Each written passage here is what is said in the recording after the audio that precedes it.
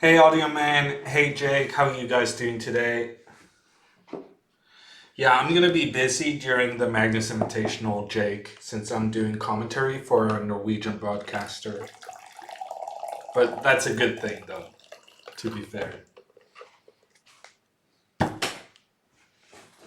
Oppa! Ulan, how are you? Are you excited for today? It's gonna be quite a day, I think. Today is going to be very exciting. And since Magnus doesn't watch chat at all, I thought we're going to hang out here and then we might listen to what Magnus has to say in the background.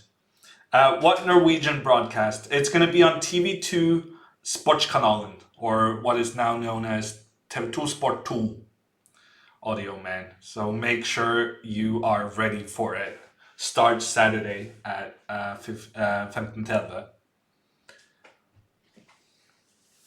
Hey Snakey, how are you? Really looking forward to today. Yeah, it's gonna be thrilling, Aquila. So the match between Alireza and Magnus is gonna start in an hour and 10 minutes. But before that, there's actually the drawing of the lots for the Magnus Invitational, which is being broadcasted at the Chess24 Twitch channel, and I thought we're gonna take a look at that as well. Hey Kappa, how are you? Hey Kuluex. Hey Ataradov. Hey Ordinary. Hey Krishna. Hey Chris. Yeah, no, the lineup action is incredible. And you don't even know half the story. Because right now they're scheduling the banter blitzes for the participants in the Magnus Invitational. So I know Ding is playing tomorrow at 2 p.m. Oslo time, I think it was. If you subscribe to the Chess24 newsletter, you can see it there. It's also on the if you use the schedule command in my chat, I think you're gonna find it. So Ding is doing Banter Blitz tomorrow. I think Fabiano is doing it tomorrow or the day after tomorrow. I think in general, most of the players want to do it before the tournament starts. So essentially, from now until um, until Friday, there's going to be a huge opportunity to play against the world's very best players. Archie coming in with a Twitch Prime 4-month resub. Thank you so much, Archie. How are you doing today? Are you commentating on the final? Yes, Krishna. I will do some commentary and we'll chat about the action. I know that Magnus is going to be streaming it himself, but I think we can have a bit of a unique broadcast. I think, and we'll make sure to listen in on Magnus's thoughts when appropriate.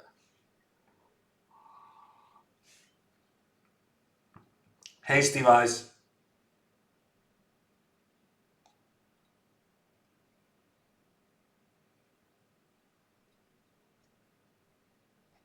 You have just 2 streams open. I'm not sure what you mean, Jake. Drawing of lots is the least exciting moment of a chess tournament. Yeah, but this is the first time ever I've seen a drawing of lots being made online. And also, Jan was saying in the chat, in the internal Chess24 chat, that he might get a visit from one of the players.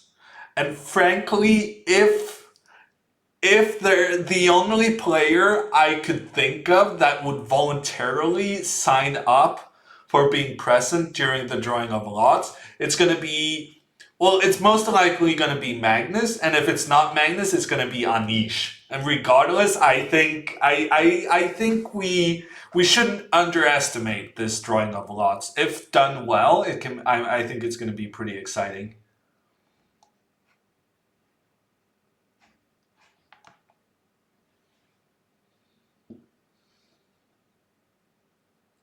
Virtual opening ceremony, yes. What's your prediction? Magnus may beat 9-2? No, Krishna. This is gonna be very close. But yeah, I think the format is very streaky, which means that once you win one game, you're more likely to win the next game as well. So we'll see. I'm not sure. I mean, if Magnus starts losing early on, I think this could be very, very bad for him. If Alireza starts losing early on, then he's gonna have a problem. I think what the best thing we can hope for is that initially they win one each. I think that's gonna be make the most exciting final possible. Metric, how you doing? 100% Geary? Well, I mean, Jake, are you a Geary fan? Being Dutch, you kind of have to be a Geary fan. I'm a Geary fan, and I'm not even Dutch.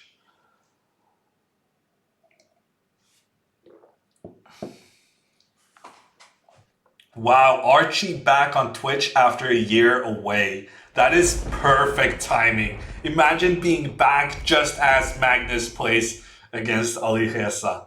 Perfect timing. And Cluex coming in with a 5-month resub also. Thank you so much, Cluex. Hey, Magnus. How you doing? Wow, and Aquila has learned Norwegian phrases. The world just doesn't stop, cease to amaze.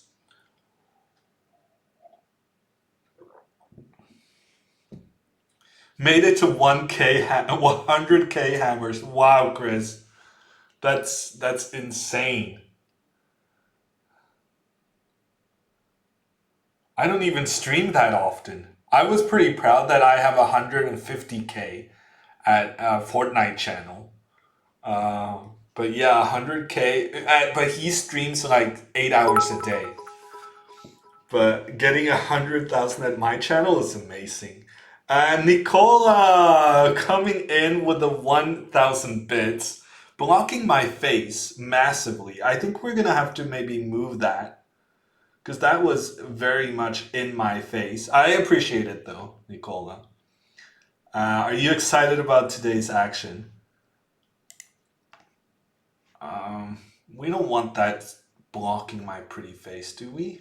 I don't think so. I'm gonna move it. Can block my hammer instead. That's better.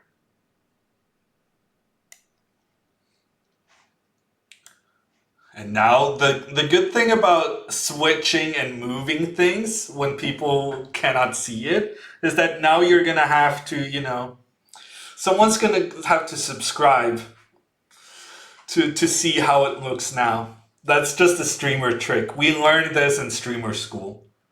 It's like sellout 101.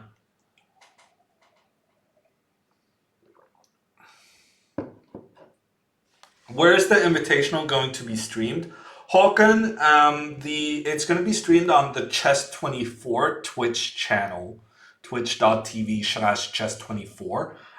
If you are Norwegian, I feel like you are, then it's also going to be on the TV2 Sport 2 channel for Magnus's games. I'm going to be busy during the tournament doing commentary in Norwegian on the TV channel TV2. So that's very good news.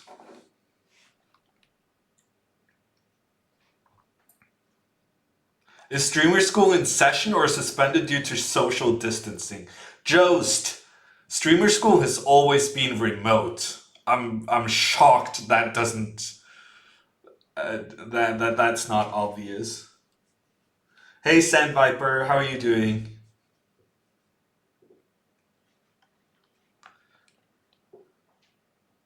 Oh, Archie has been following chess, so he knows this was the day to return to Twitch. Good on you, Archie. I know nothing, says Joes. Okay, we will explain what's going on. In 2 minutes, there's going to be the drawing of lots, basically a virtual internet opening ceremony for the Magnus Invitational Tournament. That's a very special event, gathering 8 of the very best players in the world to compete for huge prize money on the internet, which is a first. It's the first time ever one of these so-called super tournaments have been organized over the internet. It starts this Saturday, and now we're gonna have the opening ceremony and figure out who's gonna play who will play whom at what time. And then afterwards, in 1 hour, we will have Magnus Carlsen, the #1 chess player in the world, facing off against Alireza, the #1 chess talent, maybe, in the world, which is a hugely anticipated fight of the two different generations. Ooh, and wow, there's a poll. I didn't even know we had this thing. Who will join the drawing of lots? Magnus, Giri, other player, no player. Wow. Aquila, are you responsible for this? It's actually very good. I like it. I'm gonna vote for Magnus though. I know Magnus is playing later, but I feel like that's just another reason for why he has his mic and camera set up already, so he might as well join the opening ceremony. Are you going to follow Magnus versus Alireza? Yes, Fug said, but that only starts in an hour. Do you recommend Imagination in Chess? I've heard good things about it, Sanjay, but it's not on my list of recommended books. I'm gonna link you to my favorite chess authors. The match starts in an hour. 7 p.m. Oslo, 1 p.m. Eastern. Ulan, did I forget to thank you for the 500 bits? I think I did. I'm far behind on chat. My Twitch chat is not big enough to deal with a watch party and actual activity. I'll do better afterwards. But thank you so much for the 500 bits. Marius, hey, how are you? Attaculation, hey. Smug. Quite a few others playing Abu Dhabi at the same time. Yes, Jost. But not during the opening ceremony. Hammer, the myth, the legend. Hey, Easy Way, how are you doing? How about for calculation? I'm not big on calculation, Sanjay. It's not one of my fortes, and therefore it's also not one of the things I have practiced enough in my life to know any especially good books and stuff like that.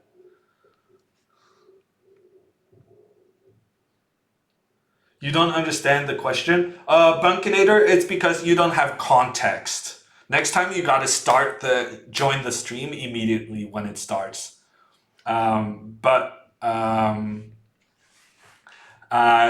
We have been advised that one of the players of the Magnus Invitational Tournament will be present during the drawing of lots, the virtual opening ceremony we're about to watch.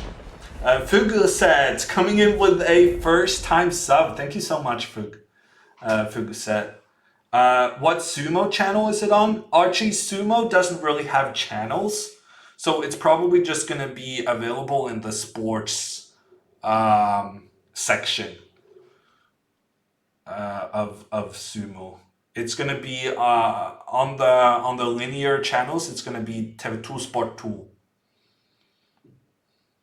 Already 1 minute late. Well, Jost, they have started. It's just that they're doing ads right now. I can show you guys. They're doing ads right now. It's not. I thought I would spare you the ads, but just to make sure you know that it has started, we'll show off what I have prepared as our layout for today. Audio Man, I don't think I'm going to be doing commentary on Pepe finals. There's going to be Jan Gusti is doing commentary. Tactics Frenzy available on Android? Yes, Aquila. Actually, starting today, Tactics Frenzy is also available in your web browser I just haven't updated the command. So if you're looking for tactics, tacticsfrenzy.com is the place to be. Okay, let's listen in on whether these guys have something interesting to say. The unmistakable Jan Gustafsson, and we are here to perform the drawing of lots for the Magnus Carlsen Invitational. It's an exciting day for chess, as we also, of course, have the Banter Blitz Cup final. How are you doing today, Jan? I got nothing. I am very excited about this drawing of lots. I believe we will be drawing. I was wondering if the sound thing was just me, but it seems like they're having some problems with Pascal's audio. So this is Pascal Charbonneau. I'm not really sure what his official title is, but he's based in the US. He's a Canadian grandmaster working on Chess24's, I guess, North America operations or something like that. And then we have Jan Gustafsson, Gusti, on the right-hand side.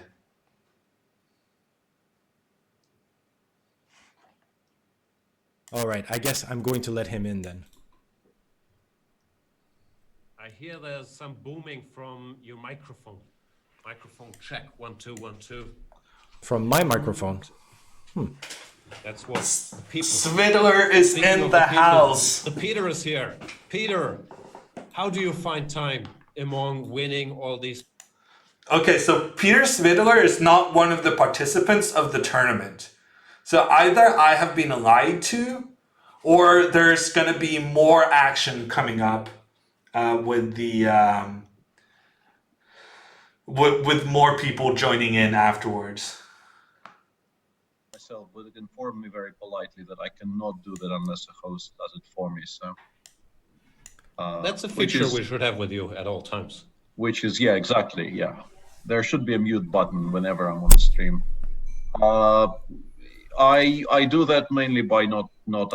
I actually have a mute button on Peter Svidler right now, so the joke's on him. It's a rogue operation I'm running here. I see. So we will be doing the drawing of lots for the Magnus Invitational. And before we do that, have we revealed the commentators? Pascal, do we know the commentators? I don't think it's been officially revealed, no. Shall we reveal? Go ahead.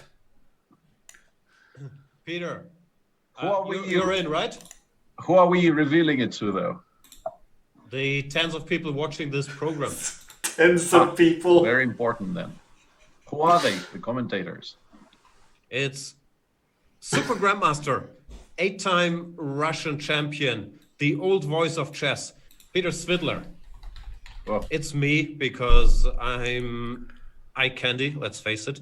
Then it's a certain gentleman called Alexander Grishuk, but it's sort of the Grishuk wild card because we don't know when he's going to show up. He doesn't know when he's going to show up. The agreement is he's going to show up when he considers the match interesting. So it could be anything, and it will be big disrespect to both of the players if Alexander does not show up. Is that fair, Peter? Yeah, I think that's exactly. We will be able to gauge the player's standing in the world according to Grishuk by whether he shows up for all 4 games or barely one or none at all. Yep. Then bad news. Lawrence Trent is also in. And I think we have one more guest joining us. They fixed the microphone. Here, so I'm going to admit this one. They fixed. Wow, this is already the best news of the broadcast. They fixed Pascal's microphone. There is a question in the meantime. Will Mr. Dodgy not be in the commentary team? I, as always, will send Mr. Dodgy the link to our little commentary chat every day, and he has a standing invitation to join. Usually he declines. Who had MBL? Where is the results of our poll? No one guessed that MBL was joining the show. Maxime, how are you? Hey Jan, hey Peter, hey Pascal. Hi Maxime. Yeah, thank you for joining us. I've noticed that Peter, myself, and you have decided not to shave during this pandemic. Is that about right? I shaved this morning, actually. I was trying to grow a beard, but I'm not gonna get to go to the barber shop anytime soon, I think. Yeah, there was the one occasion every like 7 to 10 days I had to look forward to, and even that has been taken away. So life has lost even the remaining semblance of meaning. But what to do? Yeah. does the one person who voted for other players want to reveal themselves as the winner of our quiz? I like what Maxim is doing with the abundance of hair that he has now. It's Um, While they're discussing MDL's hairstyle and beard, I think I'm going to do some questions from chat. Cluix asks, this tournament starts Saturday, but why is Magnus and Faruja playing today? And this is because the Banter Blitz Cup is a separate event. So there's the Banter Blitz Cup final, which is taking place today, and then there's the Magnus Carlsen Invitational happening starting Saturday. Announce him officially. Oh no, he Oh. is. There he is. Wow. Okay, who had more than one player? Who had more than one player joining? This is, wow. Okay, we got tricked. I think no one won the poll. I think the person who made the poll has to apologize for not including this as one of the scenarios. Hours arranging the background behind him. Anish, how are you today? Good. Are we? It's like what you're live or what you're? Yes, we are live. We are live. Yes. Yeah. So be very careful what you say. I No, because specifically asked what the dress code was. So. But you didn't. Yeah. I mean, I first saw Jan. He was smiling, with his fake show Jan smile. But then I saw Maxim's hair, so I thought we are still not live. I didn't really. Wow. Wow, that's. I didn't think we would get some low blows before the first round even begins. Honestly, I think achieving the effect Maxim achieved there is only possible when you work on it for hours and end. One time I was in a car with a grandmaster who has a very weird haircut, and I saw him doing it on purpose. Like he was really pulling these things out, and I was like, wow. So it can be. It's not Maxim. I gotta say, Anisha's camera looking good. He's looking good in his suit as well, but Anisha's camera looks great. So I have no concerns about that. Not so sure about the lighting in Maxim's room, though. Everyone. So it doesn't really matter the order, and then I'm just, looking to qualify for Final Four. Anish, you had a training match this week, so you probably feel like you're better prepared than the others for this. That's what you think if you haven't seen my training match. if you had, it's otherwise. Oh, no, I mean. Anisha lost his training match against his buddy Jordan van Forest. In the chat, we have a certain Maxi Bogues. He is saying, I want to play Anish first. I also want to play Anish first, but it's impossible. So. Yeah. But Peter, you're not playing, are you? No. I will be making fun of you from the booth. Yeah. What is this, by the way? I nobody told me what is what are we now doing? What is the? We're doing the drawing of lots. Okay. I have no idea whatsoever. So we're gonna decide. We're gonna decide who is playing who, and Jan, do you think it's time? Let's do it. Let's do it. Okay. Let's get started. How do we do this? All right. So I am going to. I have an app called a randomizer app, and what we're going to do is I have the 8 players listed, and I'm going to start, making random picks. The first pick will be number 1, second pick will be number 2, etc.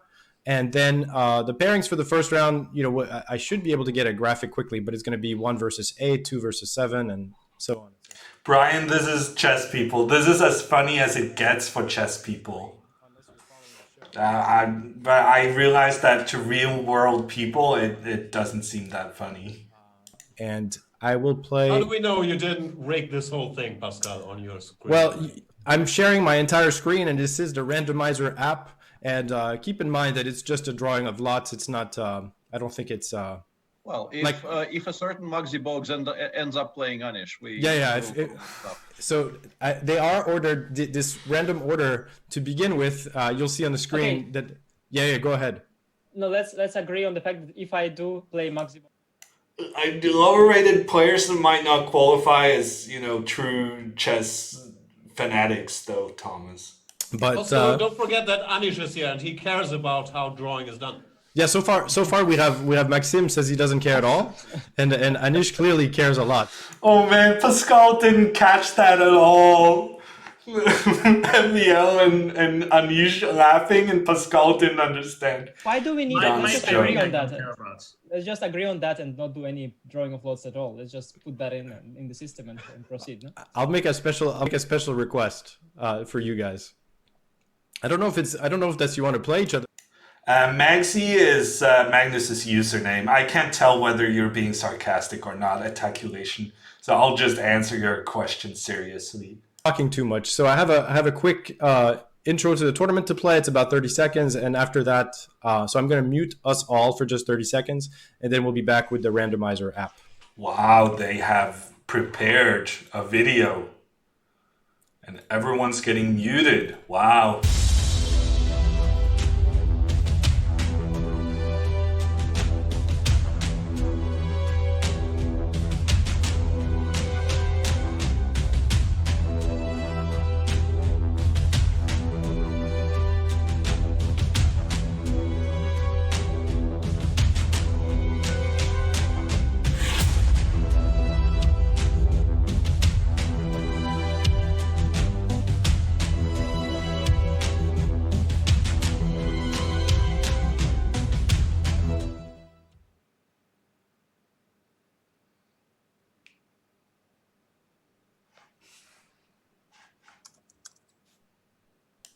Yeah, Magnus is a big basketball fan, Attaculation. I can't do the drawing of lots just this second because apparently someone in the chat wanted to join also. So this party of 5 is going to become a party of 6. Okay, so Magnus coming on as well. Wow, and they don't have the layout for it. Magnus just causing all sorts of technical problems because he wanted to join the opening ceremony after all. He wanted to join the banter, and now the whole thing is going to be delayed. Oh, there he goes. Well, I think you got your answer now. It's not Mr. Dodgy. It says Henrik Carlson, looking rejuvenated. Magnus, how are you? There you go. Well, I would. No, I was just inspired. I saw that Anish was so nice and clean shaven, so I just ran out for a minute and shaved myself. So now I'm ready to go. Beautiful. Yeah, you're looking.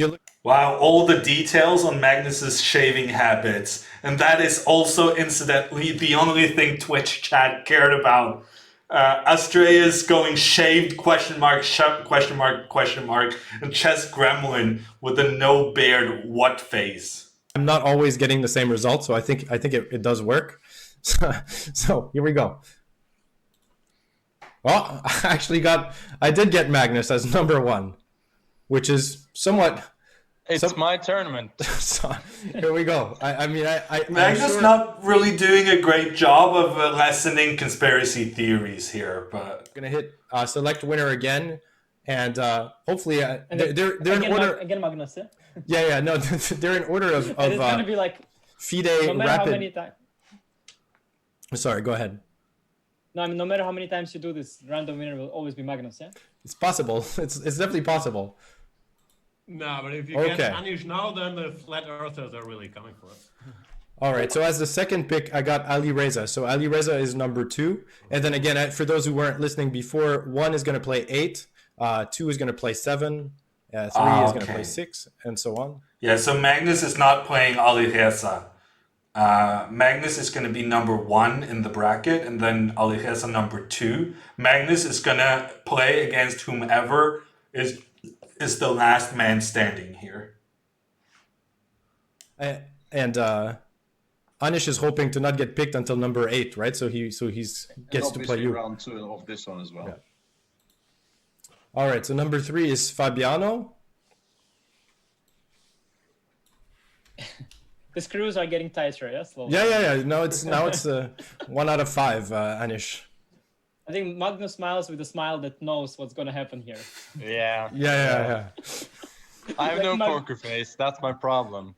Magnus is trying to. That part is no incentive to get a number from 1 to 4. Yeah. Magnus said he would send me $20, but it's just hard to get stuff mailed. So Now Pascal not really doing a great job of stopping the conspiracy theories. okay. So next one, MVL. Maxim is number 4.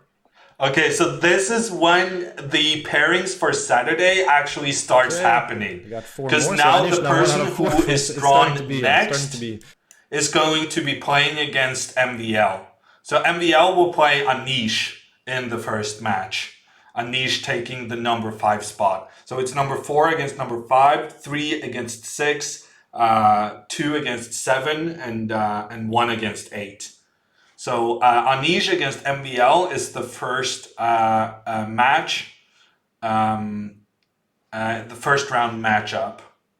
And then the opponent for the next one, the Jan Nepomniachtchi, he will then be Fabi's, right? Fabi's opponent. And then either Ding or Hikaru will be Alireza's opponent. Oh, please, Ding. Oh! Magnus against Hikaru in the first round on Saturday. Look at Magnus's face. He doesn't seem thrilled. That's like the ultimate way to start this tournament. Have you guys played recently? I guess in the World Blitz, maybe. Yeah, obviously we played in the tiebreak there. Yeah. That's the last. He one. was also third in the World Rapid. So Magnus against Hikaru, first What's the game pairing? on Saturday. Hikaru. Yeah, so I should be able to show this graphically in a couple of I minutes. actually but, have to so write it's a gonna be message to Magnus my Hikaru. boss, making sure he knows Magnus is playing Hikaru first. Alireza, Ding, somebody, and MVL against Anish. Well, I mean, somebody. Fabiano against Nepo. Yeah, Fabiano against Nepo. It's a good thing it's only 8 players and not 12, because then I think it would have taken us like 10 minutes to try to remember these numbers. And so Magnus, you decided to join us. You're playing quite soon, right? In 40 minutes or so. yeah, I'm doing some last minute preparation. You've Peter been- Peter Hein is sending me some real cutting edge stuff. So You're, I also You're tweeted prepared. because I'm a You're prepared. professional. I know how to get those engagements. Also, I'm gonna spam this tweet in chat because I have no shame. all right. Well, thanks, Thank Magnus. you so much, Magnus. Oh, I Good did luck. mute Magnus as he was talking about playing against Hikaru. Bad streamer, but So what Alright. is just 24? What is just 24 position on this match? You want an upset, or do you want Magnus to do his thing? What's the official? On the Magnus Alireza thing? Yes. What's the company's point of view here? What's the more profitable result? I'm not sure how the money arrangements are. Like, if Magnus wins, can he throw the money back into the company? I guess that's good. So, other than that, I think. But I the signed a shirts, contract. Alireza is the future. All the mugs, how they gonna Yeah, sell? there's the future merch. You're right. There's lots of So many aspects to factors. this. No, I'm rooting for Magnus, of course. No, because then you have to change the merch to Alireza is the present. That's true. That's true. Yeah. No, it's Yeah, but it's if we tough. lose, we can also make it Alireza as the past. Like, unlimited options. As a business too, you always have kind of like in boxing, you have the rematches and you have to think about what's best in order to have a rematch, but That is. wow. Geary baiting and everyone just going straight for it, huh? That's like 8 times. Is this like? Pascal is something Canadian wrong? though. That's Brian, they also mentioned that Alexander Grischuk will be joining as a commentator for the English broadcast. okay, but you being quiet and not apologizing about anything, not even about being quiet, is very simple. Those things are connected, Jan. Basically, I'm not saying anything so that I won't have to apologize because there is now a professional on the show. CJ, hey, how are you doing? Rigged results. I'm pretty happy with the first round pairing, Mega Maniac. Just some Pascal. Ah, okay. Oh, Everybody got insulted immediately, but yeah. yeah. And the room got very Quite a quiet. statement. Yeah. So Peter, let's talk about your amazing accomplishments in the Pepe Cuenca Invitational. You have defeated both Nino Anton and Bidit and are in the finals. Do you consider yourself a favorite? Fool, honestly, that's a good point. We could have had Grishchuk playing and Anish commentating. Actually, I've beaten him in a Blitz game in St. Petersburg in the World Blitz, but I Jan hasn't been here today, CJ. It's almost true, but not quite. Yeah, but No, Dula is young. And also good, and also fast. None Yeah, of but I these mean, things he hasn't been around for that long that you haven't probably played him too many times, right?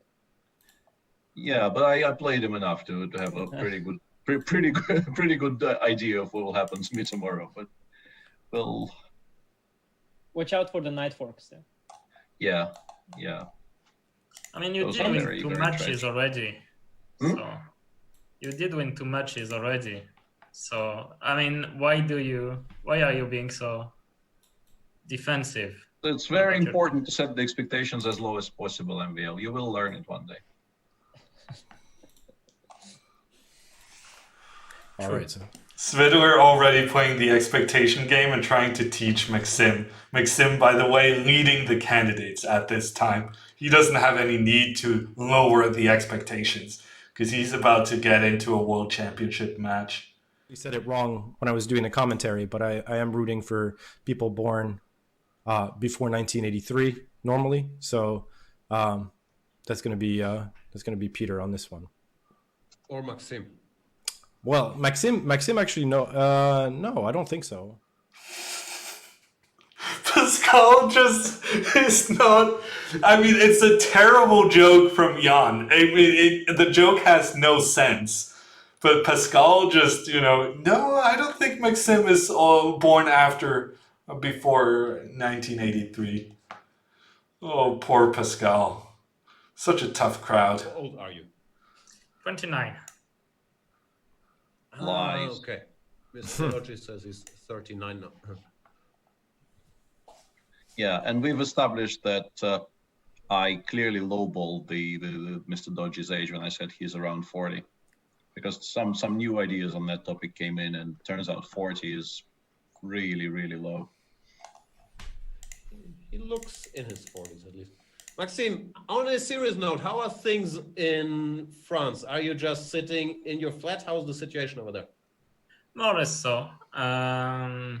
Basically, I'm going for groceries twice a week, and that's. I'm going for groceries 1 time a week because I'm a responsible adult. Meters every week. It's not the Is it healthiest. affecting you, or are you okay?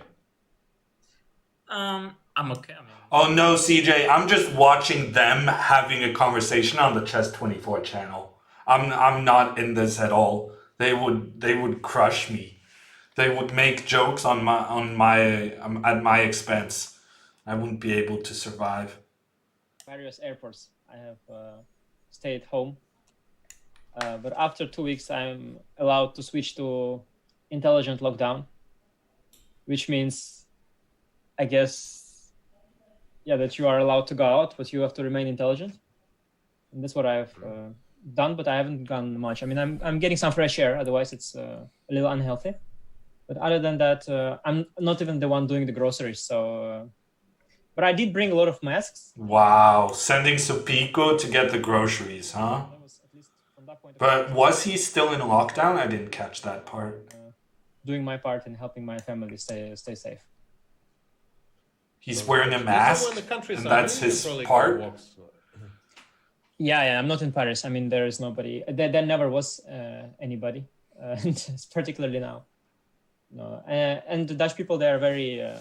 When you see somebody pass by, they really take the distance. At least those I met here, they're really very, very cautious and responsible. So yeah, you can have some walks. That's not a problem. But of course, it's more that you don't have the events.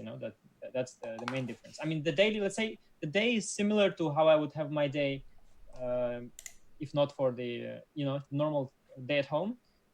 Other than of course the gym is closed. But like the thing is that it's going to be like this for a while. There's going to be no tournaments, so that's going to be at some point feel different for me. That you're home like way too long. But okay. At least with events like that, you've got some adrenaline going. You've got to play all the best players in the world, and still stay in touch with practical chess. But that's a huge hit for your Instagram, though, right? No gym. I think anything is a huge hit for my Instagram if I put it on Instagram. No. No, I mean the absence of gym is a blow to. Anish doesn't need a gym to make Instagram hits. This is so true. He's just been sitting inside playing Tactics Frenzy all day. Almost possibly true story. I don't really know, but I'm putting in we should do the link to Tactics Frenzy. Now also available on web. I'm such a sellout.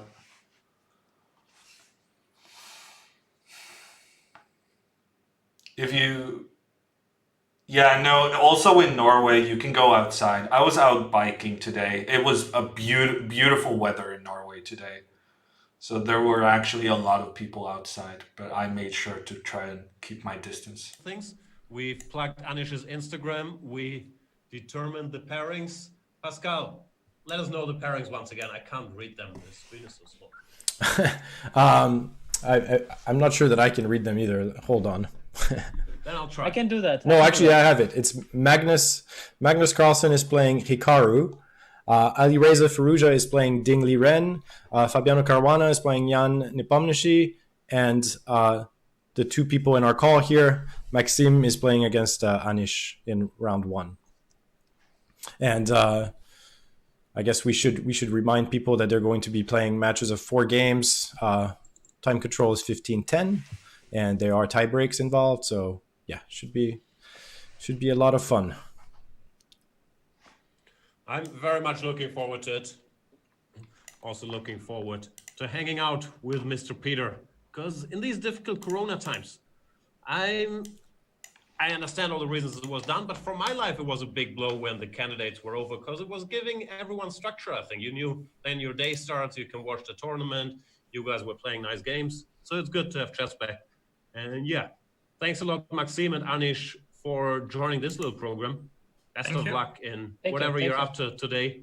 And of course, Anish in his big training match against Vidit coming up, I think tomorrow, right?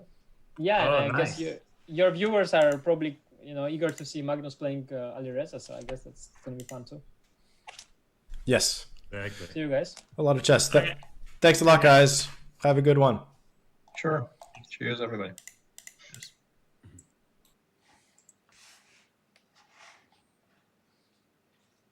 Going on? Is everybody gone? They left us. It's time to take control of your journey towards chess mastery. Right. Magnus Carlsen introduces Pascal, Chessable, the you definitive practically solution explained for earlier, studying but chess. I'm slow. Jan doesn't know his audio is on. Jan, your audio is on. Okay, we have to listen in. Set up a board, remember which page you're on, or keep track of all the moves you miss. Move Trainer empowers you to go from the opening to the end game with confidence. Oh no, his audio is still live. Effective and fun way to study chess. Choose from one of the largest online chess libraries in the world, with hundreds of titles ranging from classic books through to That's like the scariest thing that can ever happen to you in a broadcast scenario. Ooh, Anna. John Bartholomew, wow. Ooh, Mr. Sammy Shanky. Mr. Sammy Shanky Panky. Ooh, and a Magnus course coming out soon on Chessable. Let's hope he doesn't say something. Yeah, it's the ultimate nightmare for any broadcast situation, Aquila. Especially, I remember the first like 4 or 5 broadcasts we did with TV2, going to the bathroom was such a tense moment because you double checked like 4 times that your microphone was turned off. You know, somewhat humble brag, but I'm fine with that. Broadcast live, making sure to turn off your microphone when going to the bathroom. I know all the tricks, all the traps, all the things to avoid. Okay, so that was the opening of the Magnus Carlsen Invitational, starting this Saturday with Magnus going up against Hikaru Nakamura. A huge lineup right there. What's going to happen now is that Magnus will be playing against Alireza in 30 minutes. I'm going to change my title, and then we might have time for some games, some viewer games before that. So I'm going to do like this, and then we're going to do Banter Blitz Final Magnus v Alireza.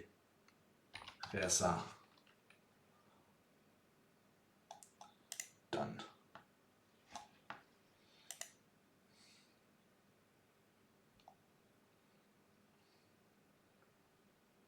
Or just own it.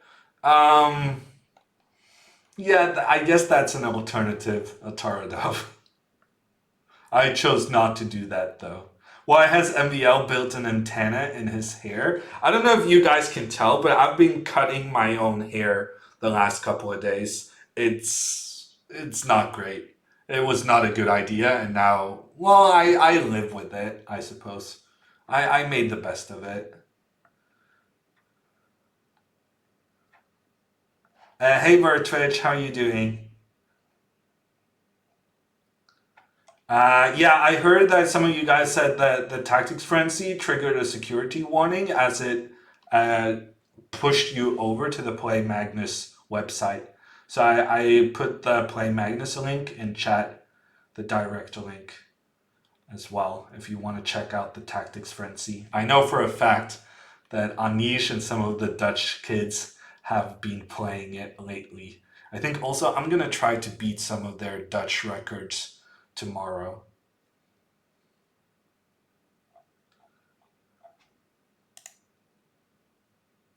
That title probably set new live record.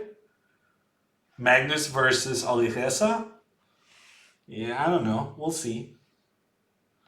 I was once inadvertently on the Twitch front page. That was pretty insane. Suddenly I had like 9,000. I was in the middle of doing some Norwegian coverage of some tournament, and then because someone had made a scheduling mistake and written the wrong channel name, suddenly my Norwegian coverage, I think it was like of the World Championship match rest day, having like walk through what had happened. And suddenly I had 10,000 people from Twitch front page watching me speak Norwegian going through Magnus's game.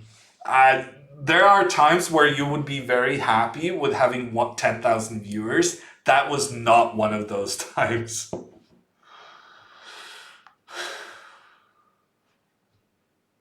You remember that, Flo? Yeah, I did not enjoy that.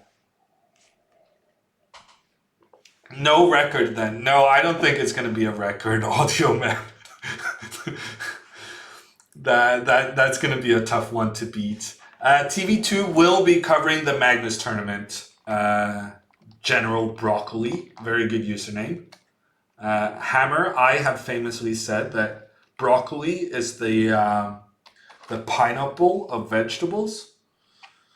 And if you do not know what that means, you're not a good connoisseur of fruits, because pineapple is amazing and so is vegetable.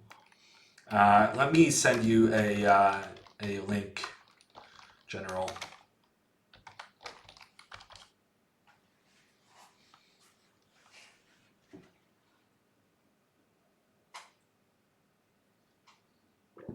Wow.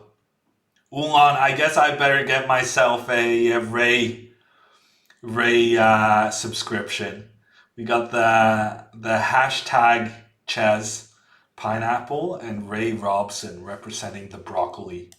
And then my carrot can be in there somewhere. I didn't trust you guys to understand that was a carrot, so I wrote carrots underneath. Because redundancy is good for avoiding confusion.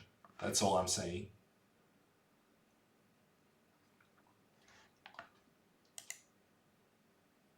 You've had broccoli on pizza? Me too, GB.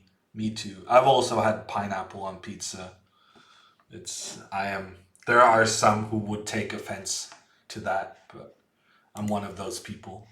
Okay, so I think I'm gonna do some challenges while we wait for Magnus versus Faruja starting at the top of the hour. Maybe we should add that to the title. Hammer versus Faruja at 1900, at top of the hour. Top of the hour. Top of the hour. That sounds accurate. An accurate title.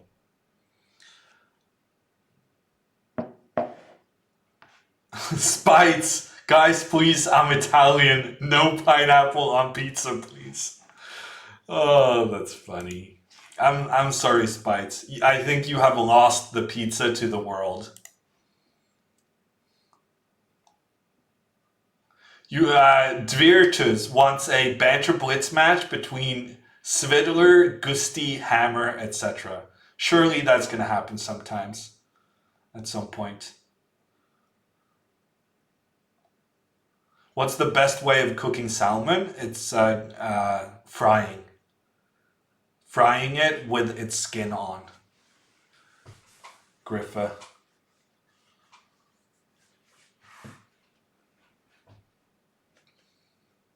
Spinach pizza. Is that okay, Spites? Are you commentating on Alireza versus Magnus? Yes, you know I am, Eskil.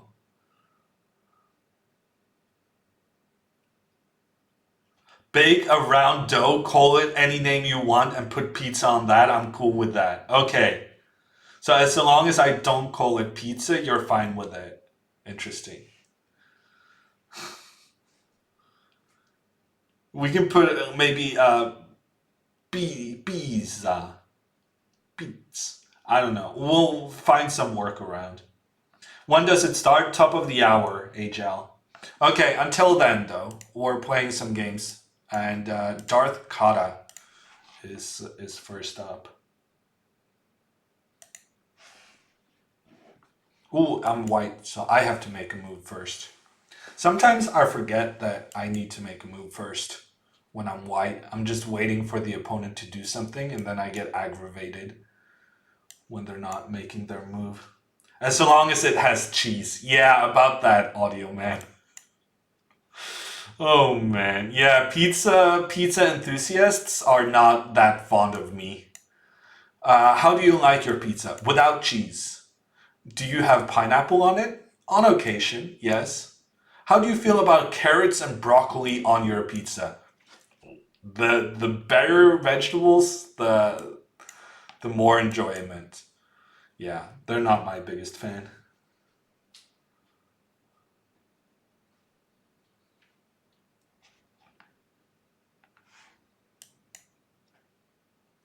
Original pizza was without cheese. Oh, really, Spites? So here you come saying I cannot have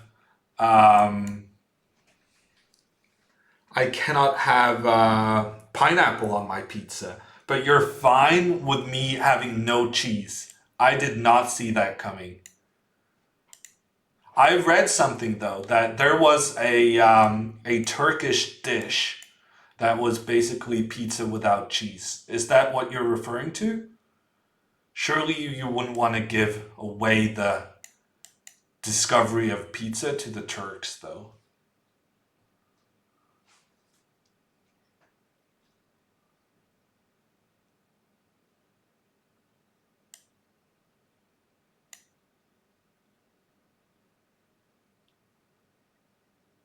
Cluex, what are you saying? I'm actually now gonna check out. Wow. I'm not familiar with this Neue Störste Dugnad. Can you tell us a bit more about it, Cluex? Apparently, I am now responsible for keeping the Norwegian people entertained during this corona crisis. It's a big responsibility, but I'm up for it.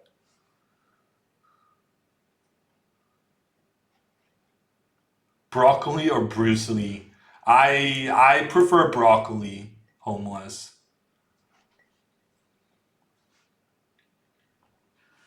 Yeah, should I be talking about my chess moves?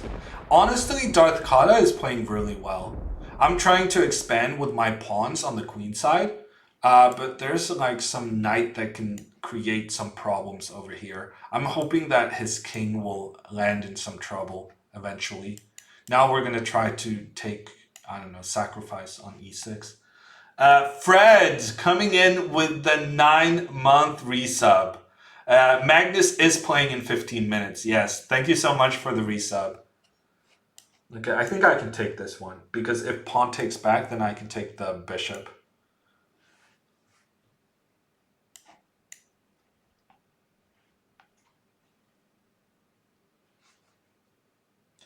Find some famous Norwegian athletes who are bored in isolation and teach them chess. Are you suggesting reality shows? Because honestly, that's pretty good. You could probably do it professionally, no problem.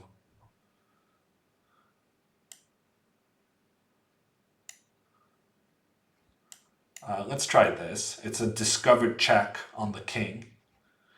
And I'm considering capturing this one next. I'm kind of opening around my own king though, which feels a bit risky. But I'm also opening around his king. I'm seriously considering this move. But nah.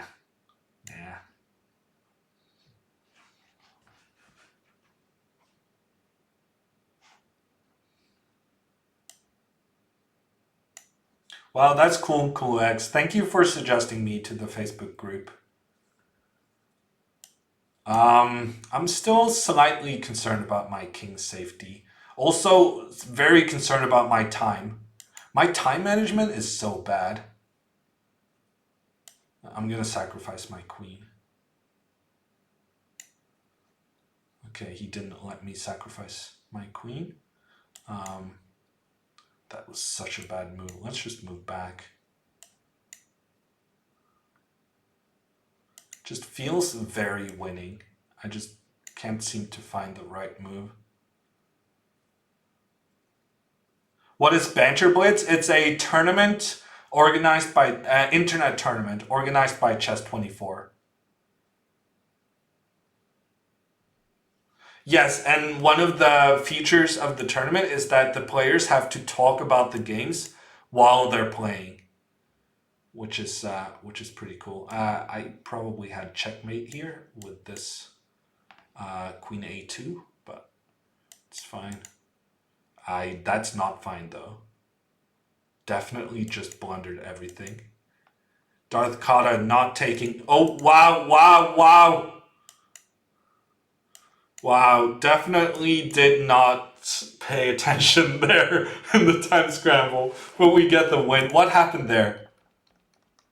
Oh wow, I pre-moved rook d6. I thought that I was gonna take the queen next move. I pre-moved rook d6. And he could have just taken my rook, and I'm very, very low on time. Still winning, but very low on time. That was not my greatest moment, but we got the checkmate in the end. Final starting in 15 minutes. Alireza Firouzja, one of the most talented players in the world and one of the fiercest internet competitors. He's really wreaked havoc on all the internet chess servers against Magnus, who's just, the GOAT. If you have the emote, this is the time to use it. Magnus is the greatest of all time, in my opinion.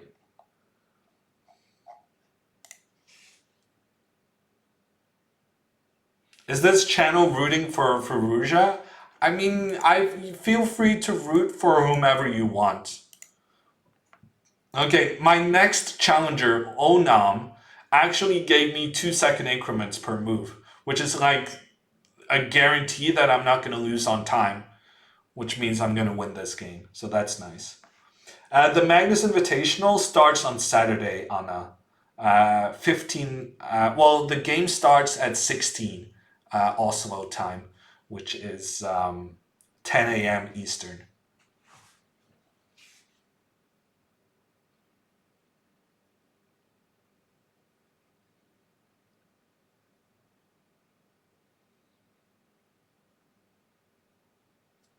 Is this going to be at the same time as the Abu Dhabi? Yes, our peak. But the Abu Dhabi is just having initial rounds early on. So you can catch Magnus first, and then you can switch over to the Abu Dhabi when they're in the knockout phases. That would be my suggestion. Mac Burnout coming in with the 7-month resub. Thank you so much. Do you think Magnus is the GOAT and why? Well, I think so. I might be a bit biased mainly because I think I grew up at that time when Magnus was, I got to see him firsthand as he made his breakthrough into the world's elite and how he's been completely dominant in this computer era where everyone is super well prepared and it's not like you can't just have a good analysis team. You have to have some special powers during the games. But that being said, I did not live through Kasparov and his heyday, and I definitely do understand that he was a beast. But I think the competition right now is tougher. And so Magnus's performance being so supreme is already on par with Kasparov, even though he hasn't won as many matches. Berenson, thank you so much for the 100 bits. If you want some background music, feel free to switch on your Spotify in the background. What are the odds of Alireza winning? I have no idea, Jake. Well, the odds I'm sure you can find on websites. What do I think the chance of Alireza winning is? I don't know. But they're probably decent. Alireza is a beast.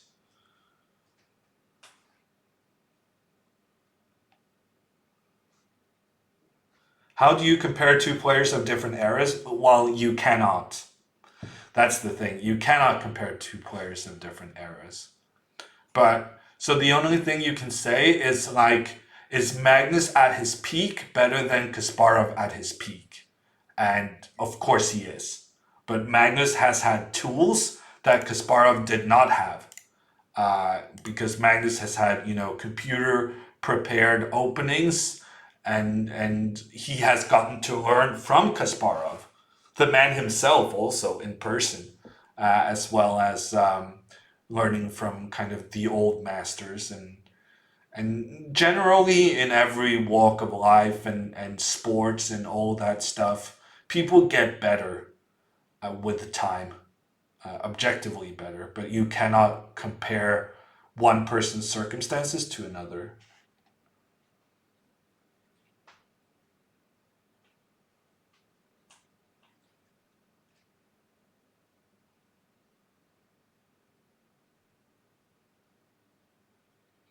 CJ has a joke. I'm already nervous, CJ. I'm hoovering your timeout button. Also, Fool, if you want to play, you gotta make a move now, because I'm about to abort. Legendary Ulov coming in with a 13-month resub. Thank you so much. What did Cinderella's... CJ, you got me in the first half, though.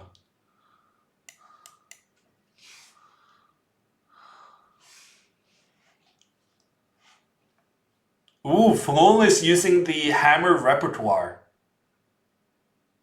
If only Hammer could remember what to do. Hey, random name, how are you doing?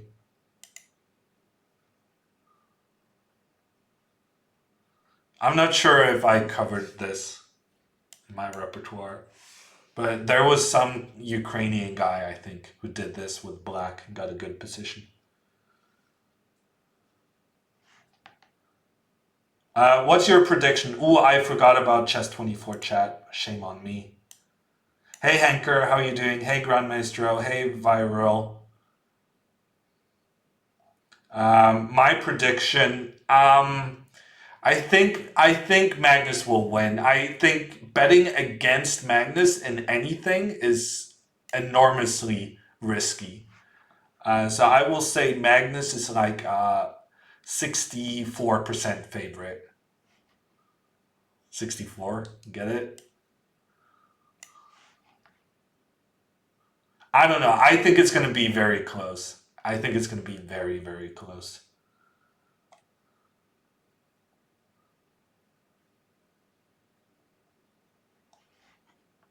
Wow, c4, very aggressive.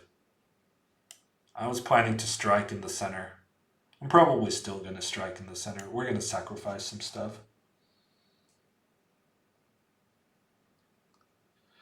When does it start? It starts in 5 minutes, Carpocrat.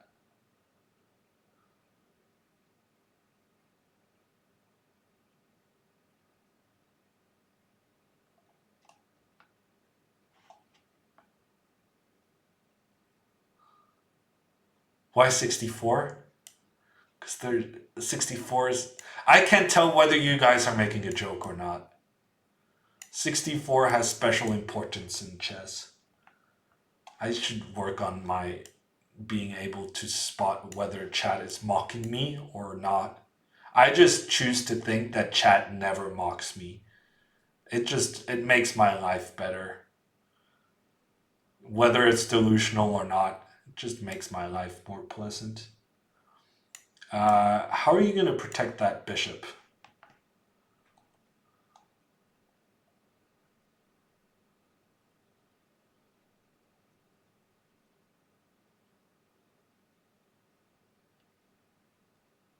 What channel is Magnus streaming on? Gusto, he's streaming on the Chess24 channel.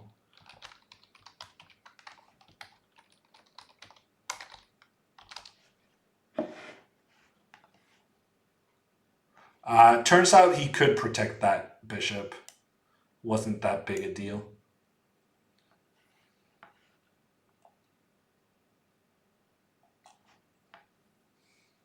Wow. Flo just... Wow, he's just running the H-pawn against me. What a man. What a guy. I'm actually very scared though.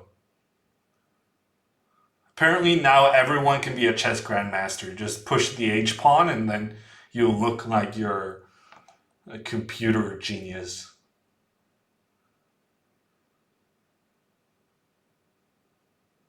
Yeah, it's just that my second monitor doesn't have tons of available screen space.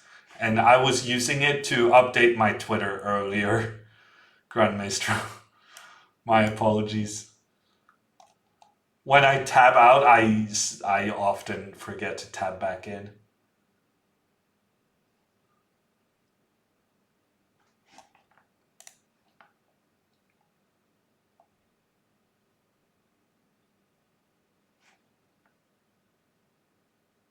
Giving him 36% is too much. I mean, that's your opinion. Okay, so knight takes f7 was his idea, but I kind of anticipated that. I had seen that. I was planning to take it and go rook d1, but rook e4 is much better. Just winning instantly. Alex coming in just as I checkmate.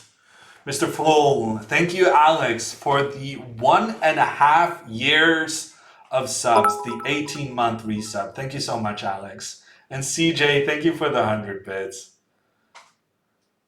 Is Chess24 planning to improve their website? Yes. There's currently a new play zone being developed. Okay, no more games. We got to start paying attention to Mr. Magnus Carlsen and his challenge against Alireza Firouzja. It seems like the chat believes this will not be close and that Magnus will win handily. I'm not so sure. Not so sure. All the lives, no, I have not studied the Talbot-Vinnick 1960 World Championship. I'm not a big student of chess history, to be honest. Grand Maestro predicts 8.5, 5.5. Okay, let me hear you both in the Chess24 chat and on Twitch chat. What is the final score of this match? Remember, it's first to 8.5 points. That means you either get 8.5 or 9 for one of the players. And then what happens actually if they just keep drawing? I guess that could happen. Wow, 8.5 for Magnus, says all the lives. I don't think that is very accurate. And that's not a good guess.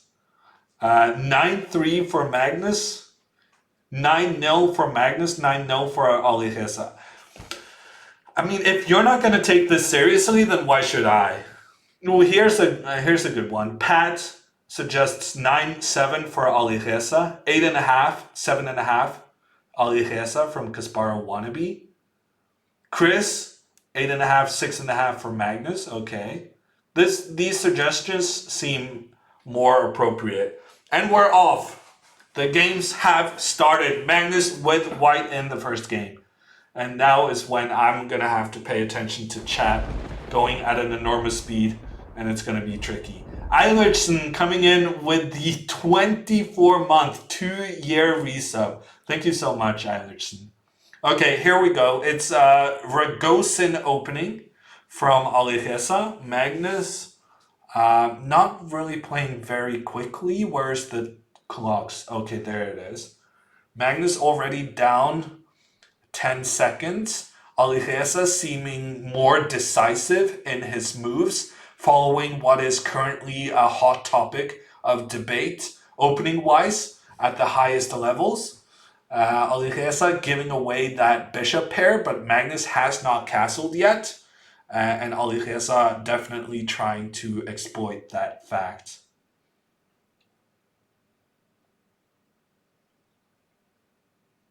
This match will be remembered for centuries. Centuries, I tell you, says Aquila. The thing about the internet is that no one saves anything anymore. No one savors. You know, all those pictures you took that summer, you didn't save it. You didn't really make an effort keeping those memories. So no one's going to remember this in 2 years, but in the moment, we're enjoying it in the moment. Is this the official Chess24 broadcast? No, it's not, Crushy. The official Chess24 broadcast has commentary with Magnus. Also, I should change my title. Banter Blitz Final. Magnus, yeah, this is good.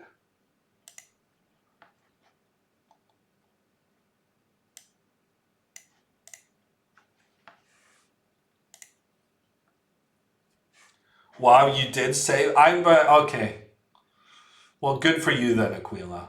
Okay, Magnus trying to initiate trades in the center. Both players with 2 minutes on the clock. Looks like a very equal position, if you ask me. I think Alireza should exchange the knights, forcing Magnus to move his king, and therefore the king having to remain in the center, and then exchanging the bishop, which means that Magnus no longer has the bishop pair. And in this position, I think black is better. I think Magnus having the king stuck in the center, I think that might be a disadvantage. On the other hand, Magnus is going to start an attack on the king side, pushing his pawn forward to h4. So yeah, still very interesting. Magnus now with ideas of bishop d6. And Alireza just goes for the throat. Wow, just pushing that pawn to f5. Alireza with the rook pointing down against white's king. I feel like this is dangerous for both players. But notice how Alireza is down 30 seconds on the clock. That is going to be a big deal going into the time scramble because these players are not getting any additional time. Wow, g4 from Magnus. I have no idea what's going on. Why not just f4 now, trying to open up around the king? I'm very confused. f4 looks very strong. f4, then h4. That's the idea, opening up for the rook. Alireza spending time, still 30 seconds down. And Magnus gets to keep his bishop, protecting his king while pushing the rook away. Ooh, but knight g6! Huge move from Alireza right there. The rook cannot be captured because of the knight coming with a fork, attacking both the king and the queen, exploiting the pin on the e-file. Alireza has won a pawn, but Magnus has opened up the h-file. This is a very exciting first game in this match. Alireza having to give up that pawn. Both kings in huge trouble right now. Thank you, Eddie, for the 7-month resub. How did Magnus reach 3,065? He just won a ton of games in the Banter Blitz Cup, Eddie. Mario is also coming in with a 3-month resub. Wow, Alireza definitely still in this, creating lots of threats against Magnus's pieces. In fact, the rook is trapped. The rook on g5 is trapped. How is Magnus going to get out of this? He's got to try like queen c3, trying a counterattack against Alireza's rook on e5. But he's spending so much time. Magnus giving... What? Oh, Alireza could just take the rook. That was a stunning move from Magnus, but an even better reply from Alireza, who remains up a rook. And Magnus now having to scramble, trying to survive this. His only option is to win on time, but Alireza has 20 seconds left. Magnus not really known for his speed. I think this is going to be a win for Alireza starting out. And everyone who thought Alireza was going to be a pushover in this match, you were so wrong. Alireza taking the first one with the black pieces.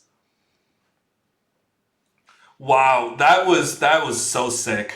The tactics there, it looked as though it was kind of a clever attempt from Magnus, but no, it was not. And Alireza with the checkmate, with 8 seconds remaining, it wasn't even close. And Avalanche is changing his prediction. Okay, here we go. Magnus with the black pieces, playing the Alyekin, moving his knights early in the opening. Not the best opening. If you want to get your pieces out quickly and control the center with pawns. But Magnus is good at chess, so we'll give him the benefit of the doubt. Looks like the tables have turned. Yes, Samuel. We're following from Magnus's perspective, so it switches as with Magnus's caller.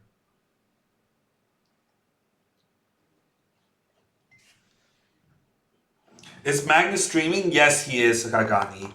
If you guys want to follow Alireza or Magnus as they commentate on this, you can use the command in chat, Magnus Alireza, with the links to everything. Actually, we should probably listen in on Magnus's commentary at the end there. I don't know. Okay, we'll take a quick peek at Magnus and see how Bishop shocked g5 he or is. f6. Bishop h6. Yeah, so he should just do this instead. Bishop g5, clever. Rook e8. Knight c4, I got bishop a6. I'm not worried about that. It looks like Magnus is coping with that first initial loss. Okay, we're gonna switch back to our board view. There's a bit of a delay on the Twitch moves.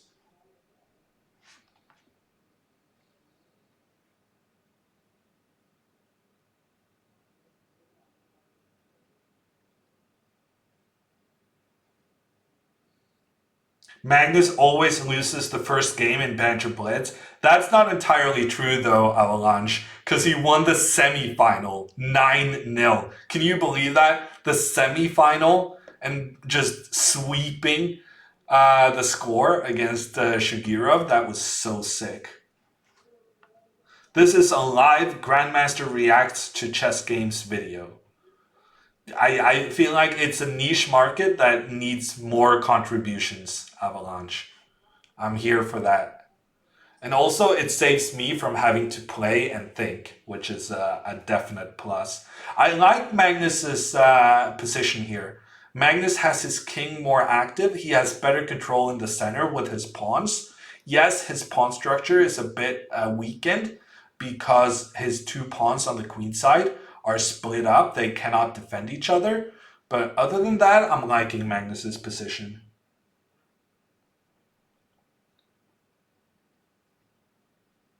And Shugirov crushed Andrew Tang. Yes, Shugirov is a pretty strong player. Alireza coming in with f3, putting pressure on that big pawn center Magnus had created for himself. Wow, and Magnus lets Alireza capture on e4. I do not like this decision. And yet, Alireza doesn't capture on e4. And Magnus immediately captures on f3 because he realized his mistake. He shouldn't have let Alireza capture on e4, I think. And he changed his mind there at the right moment. But now we're in an endgame where Alireza has the superior pawn structure, Magnus with the superior king position activity. Magnus up 30 seconds on the clock. Wow, and now he's pushing Alireza's pieces backwards. I think Magnus is going to take this one in the endgame. And who would have thought Alireza was going to be slower than Magnus in a blitz game? That would have given you some proper odds right there. Alireza needs to exchange off as many pawns as possible on the queen side. This b5 move, very good, creating problems for Magnus. If takes, he's probably going to take back with a pawn. And then if king takes pawn, then knight comes to c6. And Magnus is knight to c6. Knight to c6 for Alireza. No, first he prevents the black knight from giving a check. Good decision, good decision. King moves back. Alireza having to deal with this king, this pawn. Okay, the king goes back there. Was not expecting that. What is going on here? Magnus gives away all his pawns. Magnus trying to flag Alireza, but that's not going to be a good strategy. And in the end, it just ends up being a draw. Wow. I really thought Magnus was going to take that one down, but he couldn't manage to win the knight endgame. Accurate defense by Alireza despite being massively down on time.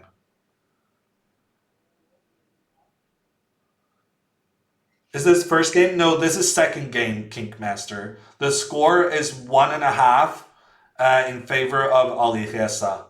I really should have thought about how to show you guys the current score. Did not think about that. My mistake. How are we going to do that? I guess people would just have to ask chat. I'm not gonna try to put something together last minute while I'm streaming.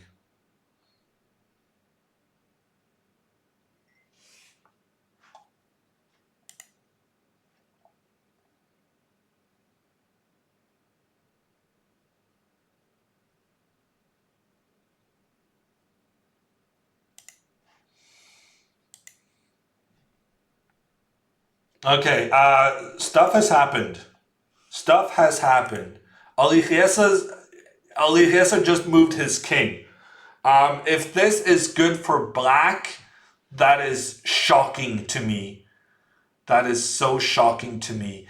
Alireza has gotten doubled pawns. However, he has the bishop pair. So I have some sympathy for Alireza's position. I just can't believe moving your king and getting those doubled pawns can be a good thing. However, he's gotten Magnus thinking here for a long time. Magnus giving up what was a time advantage. Alireza trying to exchange off the queens, trying to get an endgame with that bishop pair. And Magnus saying, no, thank you. Magnus is known to have rusty starts. That is true. That is true, but it can be devastating in this blitz format because the next game comes at you so fast. It's so easy to get tilted. Very dangerous to lose a game here. Okay, Magnus avoiding the repetition of moves there, instead sacrificing a pawn to open up the position, pointing down against Black's king. However, to me it seems like you can capture this pawn. No, if the pawn is captured, then Magnus will play his knight back where it came from, reinforcing the attack against d4. But maybe you can do it anyway. This is very interesting. A lot to calculate here for Alireza, and you can see that he's doing just that based on the amount of time he's taking. Ellen, no, I'm struggling to have the match score anywhere. Thank you for Ulan gifting a sub to Ellen. The score is currently 1.5 in favor, a half in favor of Alireza. Okay, so Alireza thinks for 53 seconds. That's like a third of his total thinking time for this entire game. He ends up taking that pawn on d4, and Magnus just takes back. And now Alireza takes once more. Magnus with the knight back, attacking the bishop and the queen. Queen moves, defending the bishop. Magnus down a pawn here, but he's up 40 seconds on the clock, decides to castle. Now Magnus has a doubled pawn, but it's Alireza's king that's stuck in the center. a4, good move, good move. Magnus doesn't really want to capture the bishop because that will give more pawns in a position to protect Black's king, but he couldn't really avoid it anyway. So now Magnus with an inferior pawn structure and down a pawn needs to scramble and attack against Black's king. Otherwise, Alireza could run away with this match. However, I think this is a good sacrifice. It looks very good. I think Magnus is going to sacrifice. No. Well, yes, he does sacrifice, but not the way I wanted him to. He captures on f6. Queen comes up to g4. Ooh, this is looking very good. The king in the center. We were talking about it throughout the game. It's a tough thing to defend. Alireza allowing the queen to come in. But where is the checkmate is the big question. And that's the question Magnus is asking himself. The rook coming into the attack. Did he allow a perpetual? No, he did not, because White's rook can go back into defense, and Magnus equalizes the score with the queen coming to d7, giving the checkmate. It's 1.5, 1.5 in this match.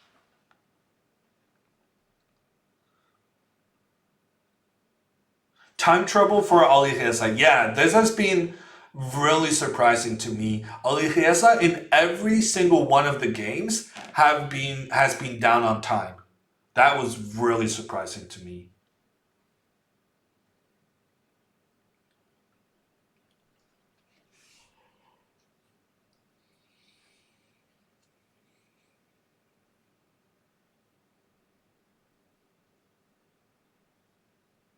The score is 1.5, 1.5, Arkan. How many games is it? Payos, it's first to 8.5 points. So it's best of 16, technically. Adro coming in with the 16-month resub. Thank you so much, Adro.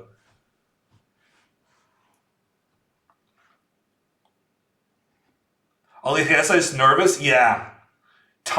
When you spend a lot of time, it almost always means you're nervous. I agree. And Magnus, look at Magnus going hunting for the bishop pair and succeeding. But where's this knight gonna go? Wow, Magnus went bishop pair hunting, but maybe he shouldn't have. What are you gonna do with this guy, Magnus? This is a problem.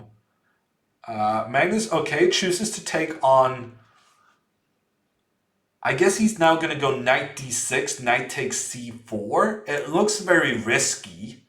This knight on c4 is so close to being trapped. But for the moment, it's alive. So I guess that's good. Maybe something like rook a2 from Alireza and then preparing b3. No, he tries knight c3. Magnus pushing the pawn. The knight has to move again. He probably wants to move the knight towards the center, but then Magnus can capture the pawn on b2. Complications happening here. Magnus was down on time, but now it's Alireza's turn to spend time calculating.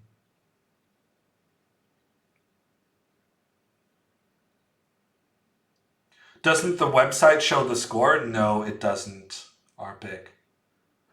That would have been a very easy fix.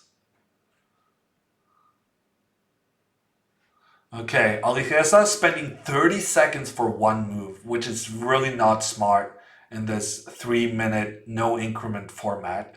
He puts his knight on the edge of the board. He gets a passed pawn, actually 2 passed pawns for Alireza, but these pawns could become a problem as well. The big question, as I see it in this position, is whether or not Magnus can salvage this knight. Magnus's knight could end up in a lot of trouble. It needs to go like knight a5, knight c6 as soon as possible to get back into the game. Yeah, Magnus has really good control over the light squares, Grand Maestro. But that basically also just implies that he doesn't have amazing control over the dark squares. Winning for white according to Shankland. Yeah, it depends on the knight on c4. And the fact that Magnus is spending so much time right now seems to suggest that he's struggling finding a good move. Wow, queen, what the? Queen c1, bishop takes... I should have known there's a reason why Magnus is thinking for 47 seconds. There were a lot of tactics in the position that I had not anticipated whatsoever. And this position is completely winning for black, it seems to me. Alireza is not down on material, but I think the pawn on d6 could get into trouble. And I think Magnus's king is somewhat safer than Alireza's. But most importantly right now, it's the knight on a4 that's out of the game, not contributing at all. So it seemed like both players were prepared for that exchange, for that tactical exchange that happened. But I think Magnus got the best of it. Arkan, can't Magnus take on f3? Yeah, good call, Arkan. And that's precisely what Magnus did. Hey, Vila, how are you doing?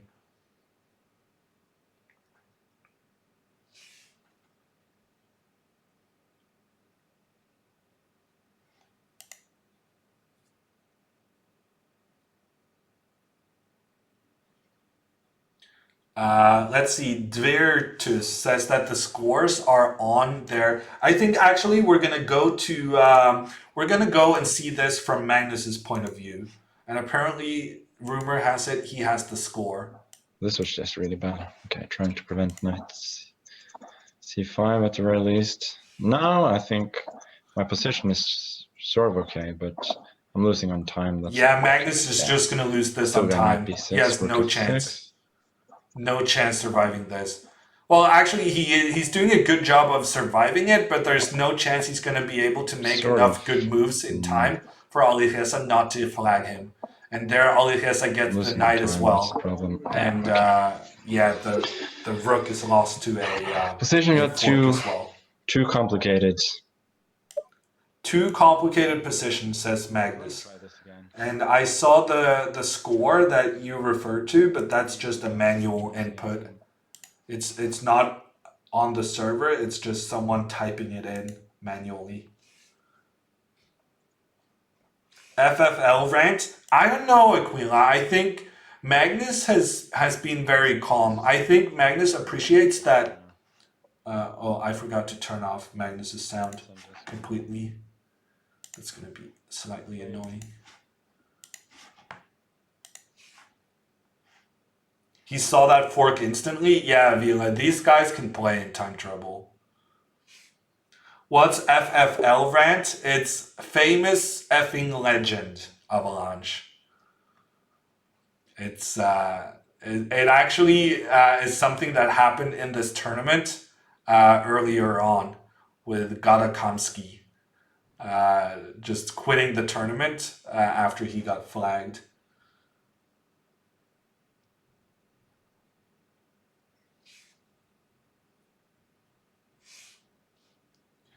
How do the players ensure that they move so quickly? Asks Solon. I mean, it's like computer games, right? It's just that they have much higher sensitivity than shooting games. In shooting games, it's like making sure that your aim stays current all the time, so you don't want your mouse to move a lot in order to kind of stay on target the whole way. Whereas in chess, you go very high sensitivity because you need to be able to go from one side of the board to another in milliseconds. So normally there's no special mouse or anything like that. It's just practice and speed and experience. If Magnus were to lose, do you think he would prefer the fact that Alireza won the tournament? Marius, you cannot ask a competitor kind of, oh, if you're gonna lose, do you prefer this guy winning instead of this other guy? That's just not how it works. Speaking of which, Magnus is gonna win this game. This knight on h6 is horrendously placed. Alireza is down a minute on the clock, and Magnus has also won a pawn in the center. So this match is gonna go down to the wire. Very exciting. Is there a video of Gadakamski rage quitting? I'm pretty sure there is, Avalanche. Maybe someone in chat will help you out finding it. And pre-moves. Yeah, that's a good point, Audio Man. In chess, we have this ability that you can make moves ahead of time. Basically trying to predict what your opponent is going to do and say, like, I'm going to make this move because I think my opponent will do this, and then, yeah. That's a good point. And also Magnus completely winning. Bishop g8, g5, and then you just resign because you're down a piece. Why didn't Magnus go bishop g5? It doesn't matter. Alireza resigned anyway. It's 2.5, 2.5. Alex. Joining late. Shame on you.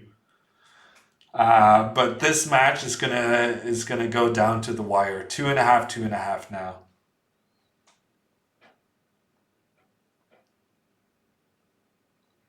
Is the mouse inherently faster than, for instance, a touchscreen? I would think so, GB. But I know that there's some people who are insane with a touchscreen, and there's some people who are insane with a mouse pad. Touchpad, I mean. But it's about practice, and I think with correct practice, a mouse is always going to be faster. Fit in a short game, yeah. That didn't work out, Alex.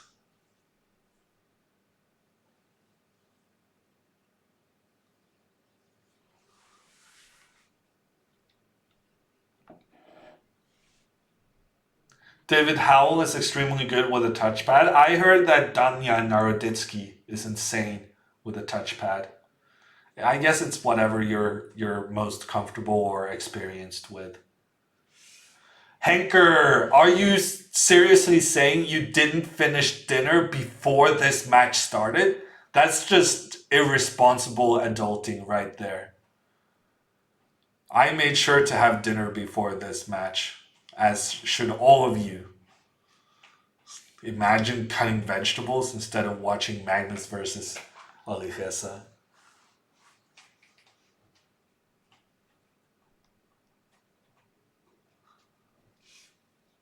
Okay, so Magnus with the black pieces. The score is tied. Magnus is lacking the bishop pair, and now he's also lacking a pawn on c4.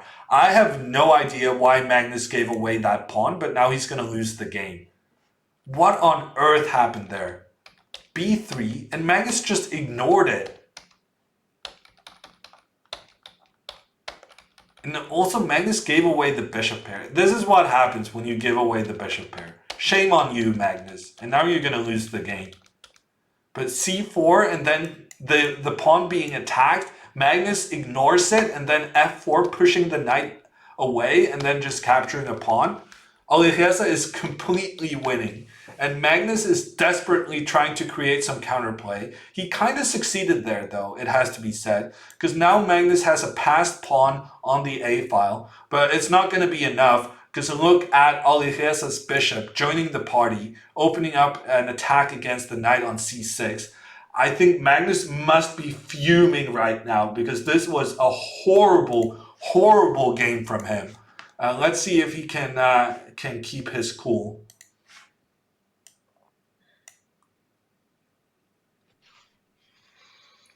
So I'm gaining time by attacking the rook. Oh, he goes queen e4, rook c8. What is his point? He wants to go f5?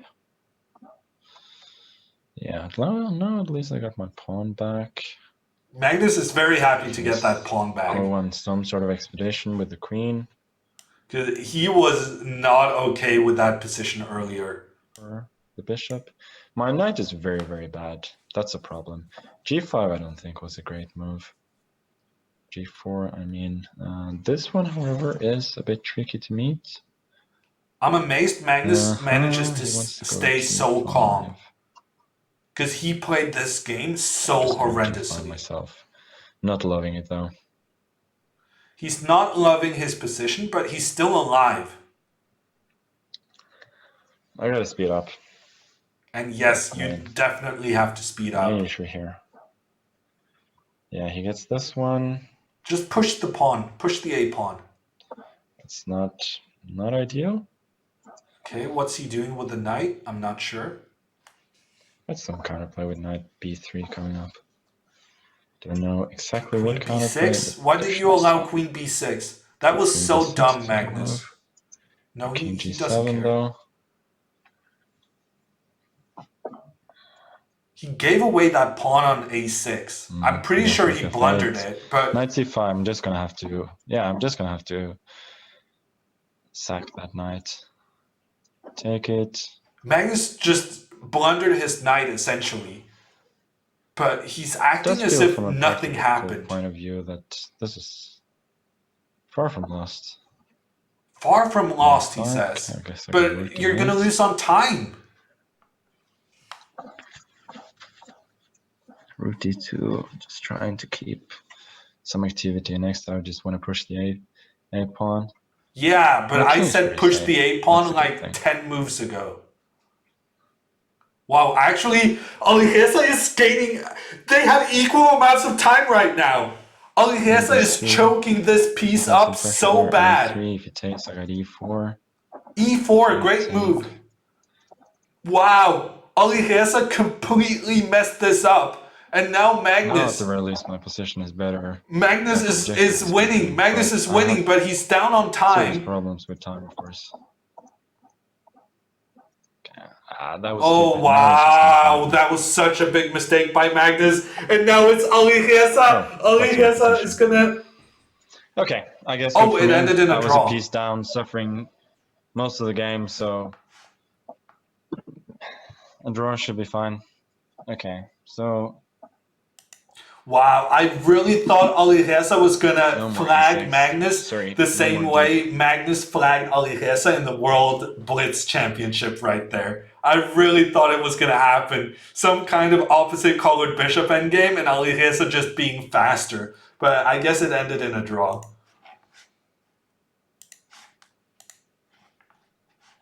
Unreal finish to that game. Why didn't he go for the dirty flag? I don't understand. I feel like Alireza had an opportunity there. He's looking very nervous. Alireza should have won that game. He was up 20 seconds on the clock, and he was up a piece. That was actually shockingly bad from Alireza, but at the same time, I'm really impressed with Magnus's ability to stay cool, because he seemed unfazed by his own terrible play. Magnus did not play well there, but you couldn't tell from the way he was acting that he was just playing horrendously.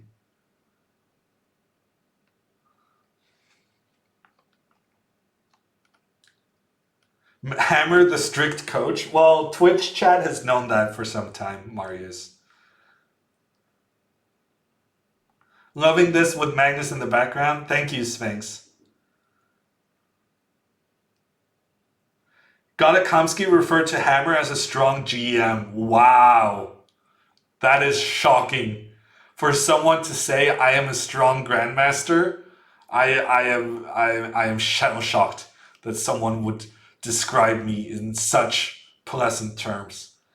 I don't know, Nomshu. It feels like you're implicitly saying that I'm not. But if you ask me, Gada is just stating the facts. Does Chess 24 allow multiple pre-moves? No. Payaos. Magnus doesn't tilt for 2 reasons. This is a warm-up for the Invitational. I mean, it's the final, Grand Maestro. This is not a warm-up, it's the final. There's actually quite a bit of prize money on the line.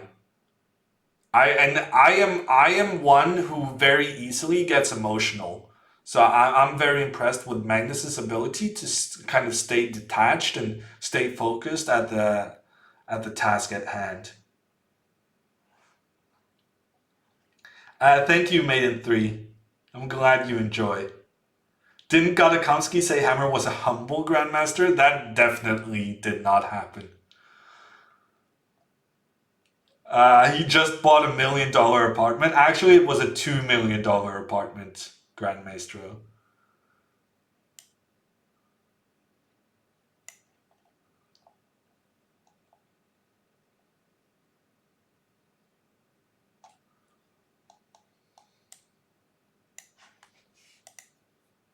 Thought it was a badass compliment. Okay, thank you, Numshu.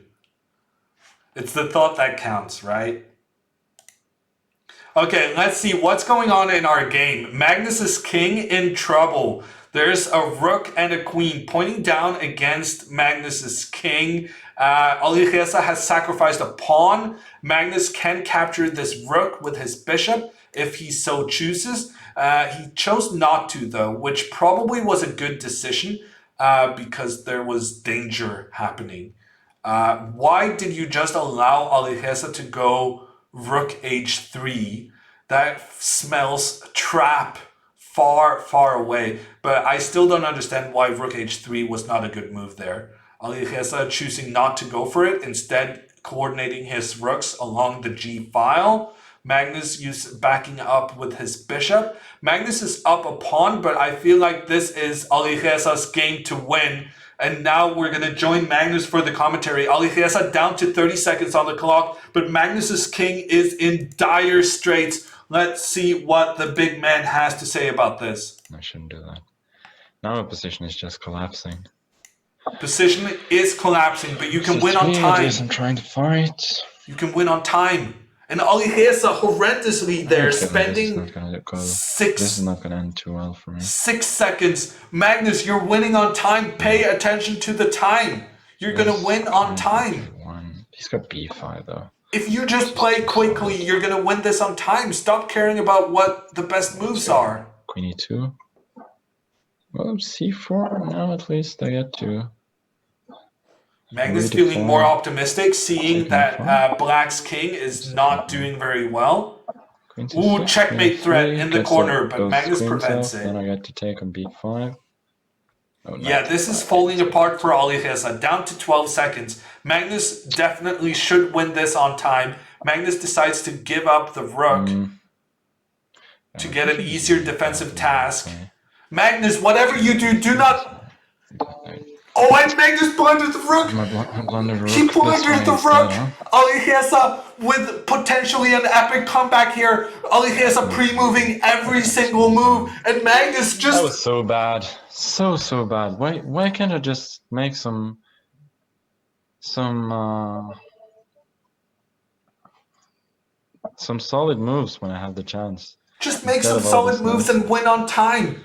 And Alireza actually ended up there being up on time in the end. Magnus is horrendously slow, and it doesn't help when he blunders the rook as well. But even after he blundered the rook, he could have gotten something out of that. And he felt kind of like he wasn't really trying to flag Alireza. I feel like he's not enough of a shark. But yeah, he's staying reasonably calm. So, but these unnecessary losses has to be getting at him at some point. Okay.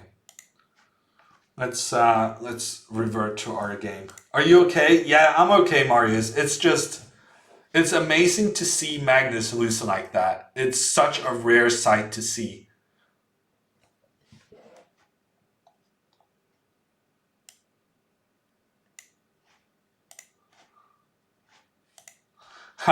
Grand Maestro. Oh, if Magnus's apartment was $2 million, he probably does need the prize money. That's funny. Magnus has had 40 seconds to 20. Who cares about the position? Yeah, that's what I'm saying, random name. Magnus should have won that on time, pretty much regardless of what was going on. Not to mention the fact that Magnus was completely fine. It was dangerous, but it was survivable. Schadenfreude? I have no idea what you're talking about, Arpek. I'm not sure you understand what that word means. But Magnus has been nothing but complimentary about Alireza's split skills.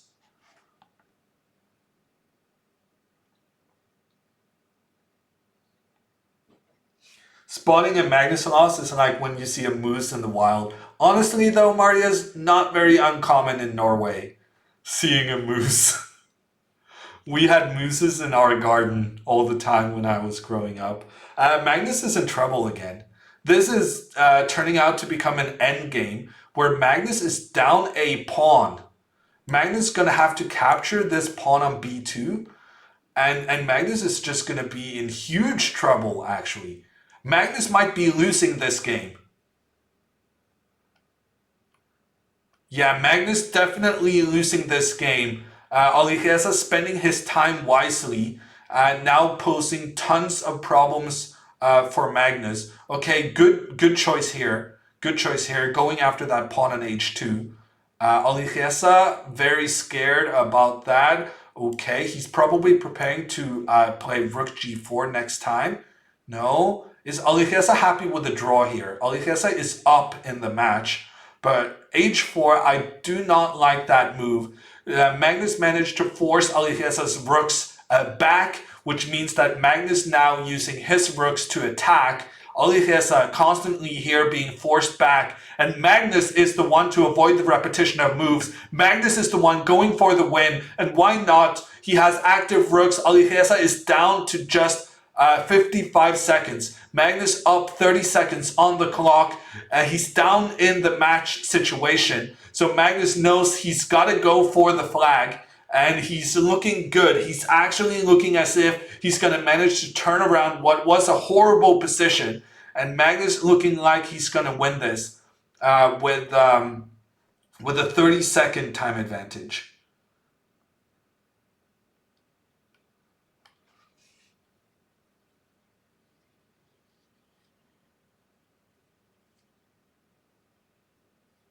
You were excited Magnus lost? Well, it's a shocking occurrence whenever it happens, Arpig.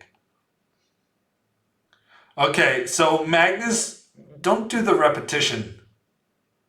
Yes. No one cares whether this is... Oh, Magnus just blundered the bishop. Can you believe it? Magnus just blundered the bishop. Oh, what the... Why... Huh? Wow!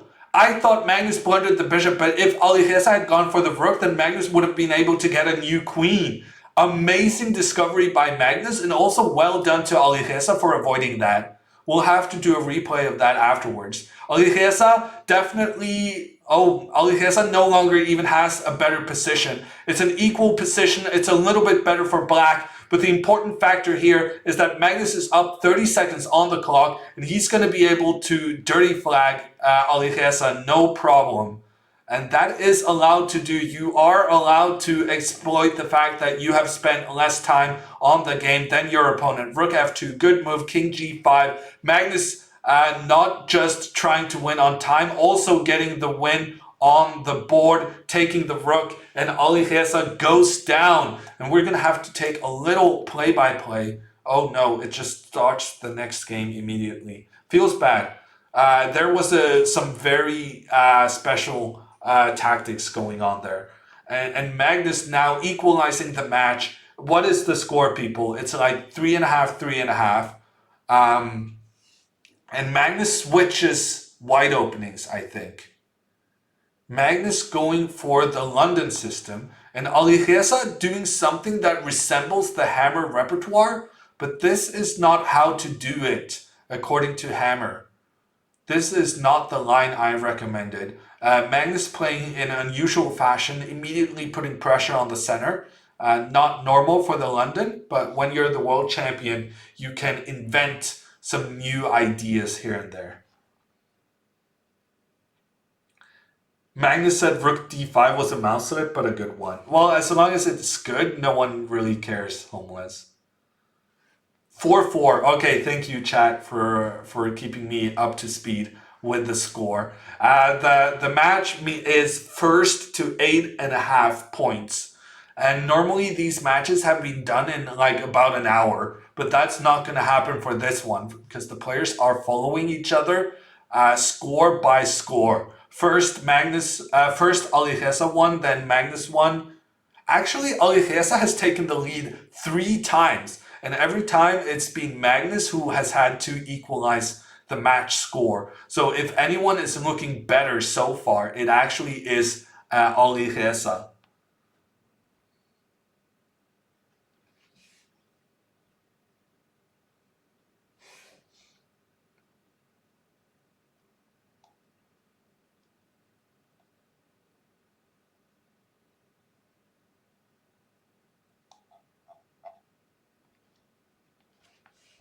Do you think Magnus will ever watch your stream commentating on his games? No.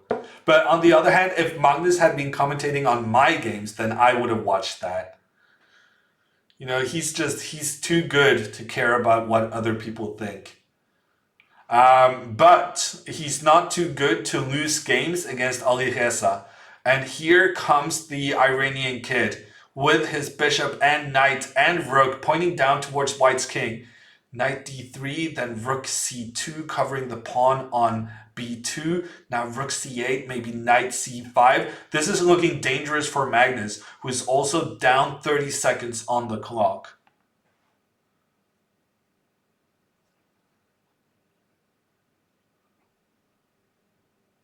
Zero viewer gang. I don't know what you're talking about, Sunpine.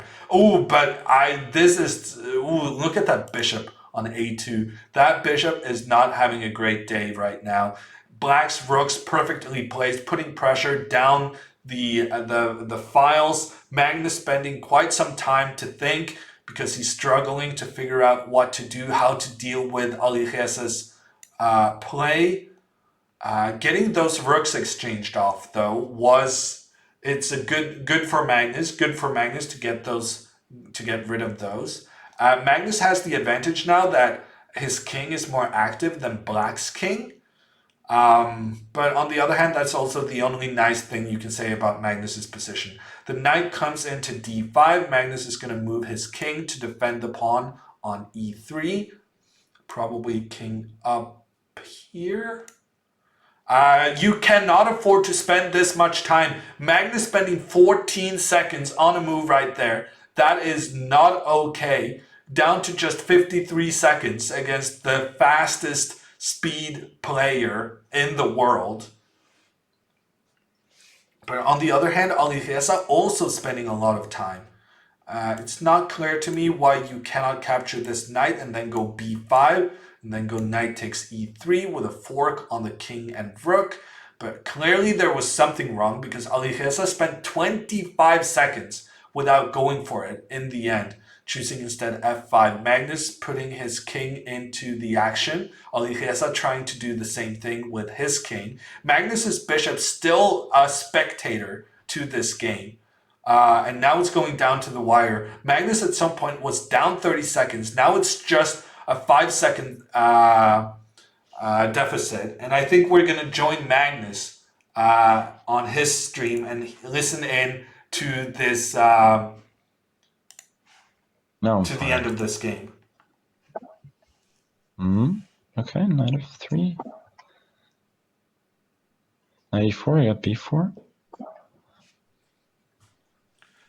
Yeah, he had this one. Magnus being so calm and collected. I am not happy with it though. e4. Magnus really needs to get his Second e6. And now he's gonna try and flag me. game face on. Magnus knows Alireza is going to try and flag him, and still Magnus keeps spending so much time. Or something. And then Magnus blunders as well because he's stressed out about knowing that Alireza will try to flag him. I'm not too worried about this pawn. King d5.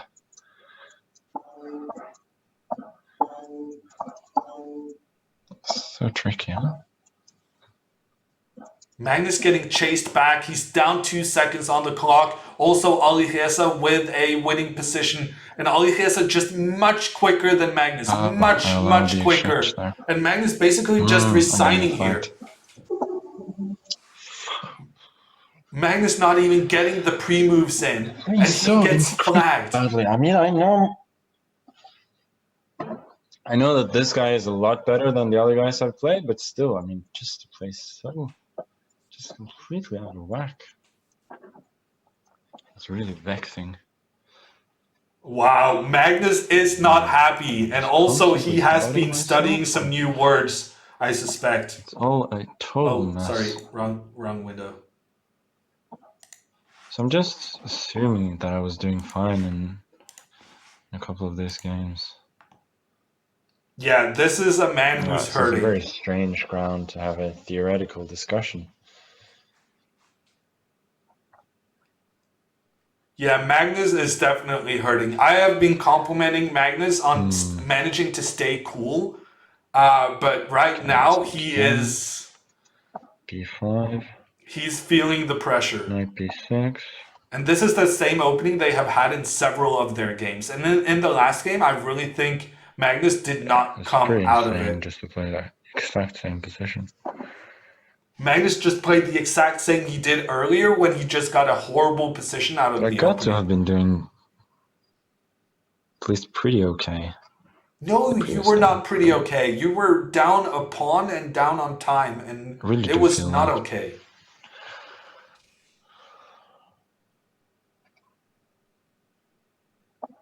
Okay, I could go knight b6, right? Let me try that. Shouldn't Magnus just flag back? Yeah, but he doesn't seem to have the ability to do so. So what I was thinking about was takes, and now knight c5, then I take, and then I go rook d5. This is also a blunder, by the way, because I didn't see that e7 was hanging. Magnus just blundered 2 pawns. So bad. No, 1 pawn. Yeah, he is no longer calm and collected. I think that's fair to say. Magnus is no longer calm and collected. He's hurting right now. He's down 5-4 in the match, first to 8.5 points, and he's also down a pawn in this game. But he has the same amount of time as Alireza, so that's pretty much the only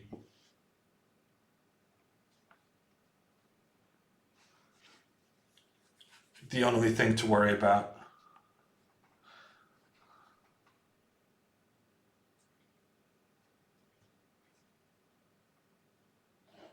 Fool is very happy. apparently having bet on Alireza. Ooh, a fancy exchange of rooks, both players attacking the opponent's rook instead of asking for the exchange. Alireza is up a passed pawn on the a file. Magnus probably will want to go knight d5 here. I think exchanging the knights would have been a theoretically drawing position. Instead, Magnus is trying to create threats against Alireza's king with a rook coming down to c1 and then a knight to h4. Actually, I like Magnus's play better because now, even though Magnus's position is not doing very well, but he knows that even if his position isn't that great, if he keeps this time advantage going into the endgame, then he will be able to flag Alireza. Okay, rook a3, not capturing this pawn and instead trying to cope with Alireza's passed pawn. Alireza now allowing Magnus to give a check. That was a bit of a surprise to me. Okay, so we're going into this endgame. And it's a draw. It's a draw. Alireza was terrified. Alireza was terrified of being down 15 seconds in a theoretical draw endgame. And he just offers a draw. Alireza is somewhat nervous right now. He knows that he's very close to winning this match. He's up 5.5, 4.5, I think. It's starting to get closer to the 8.5 threshold. But honestly, by the pace we have seen from Magnus, I am surprised that he made a draw there, even though he was 15 seconds down, because Magnus has been much slower than 15 seconds. It feels as though Alireza could have turned that around for time management and actually challenged Magnus there. So I think it's a sign of weakness from Alireza offering a draw, because he doesn't realize how much of an advantage he has in the time scrambles. It's a theoretical draw though? Yeah, it is a theoretical draw, but Magnus has been so slow and Alireza was up a pawn. Magnus playing the Lawrence repertoire? That doesn't sound great, Marius.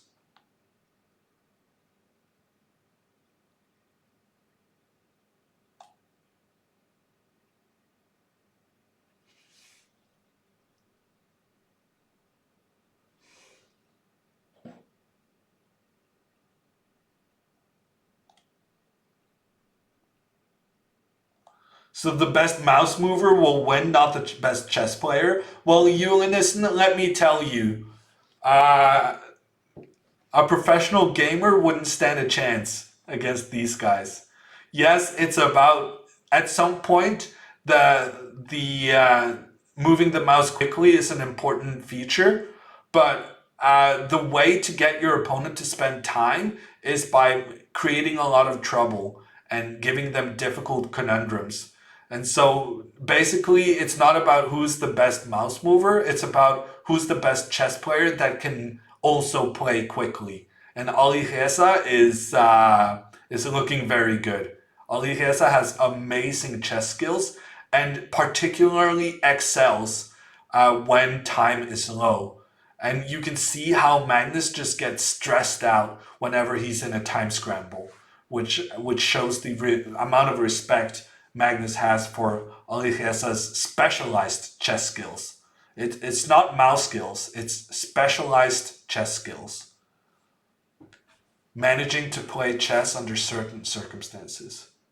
How to create the most problems for your opponent. Anticipating your opponent's moves, stuff like that.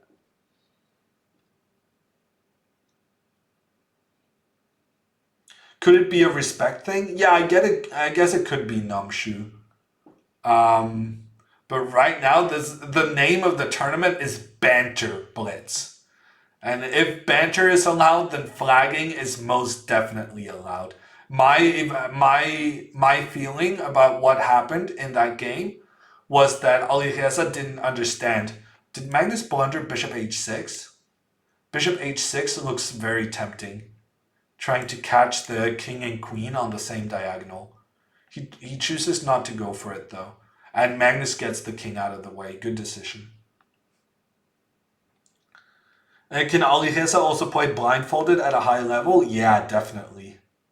All these players are really good at visualizing the board, which is the skill you need to play blindfolded chess. 3+1 would be completely different. Yes, random name. Without the increments, this would be very different. But Magnus is one of the top advocates for removing increments in chess. He thinks you should be able to manage your time, that it's part of the skill of being a chess player. And right now, he's not managing his time super well in general. But in this game, Magnus is up 20 seconds on the clock, and there's a very exposed black king. Black's king still stuck in the center. Magnus now getting his rook involved as well, sacrificing a pawn to get the rook into the game. It looks to me like Magnus is going to win this. He's up 25 seconds on the clock as well. Let's join in for some Magnus's thoughts. Okay, yeah, he's trying to complicate it. I think I'm just winning though. I think I'm just winning. He's going to win this. It's all pretty solid. And yeah, he's got... Yeah, that was just a huge blunder. Huge blunder there from Alireza. Okay. Okay. 5.5, 5.5. Still tied. But it's Magnus who's had to equalize 4 times. Alireza has taken the lead 4 times. But Magnus has never let that lead get beyond 1 point. Magnus has managed to equalize the match 4 times. Alireza in the lead 4 times, Magnus equalizing 4 times. It's definitely Alireza looking the best in this matchup, but it's so close. And we know that Magnus at the end is such a beast.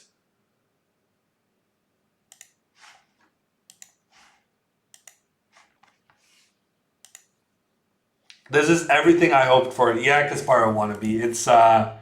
It's a great match.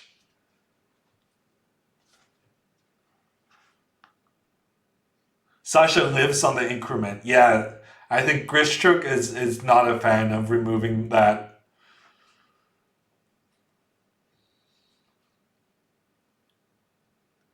Okay, the score is 5.5, 5.5. First to 8.5 points win. Is it win by 2 points? I don't actually know, Marius. I don't think so.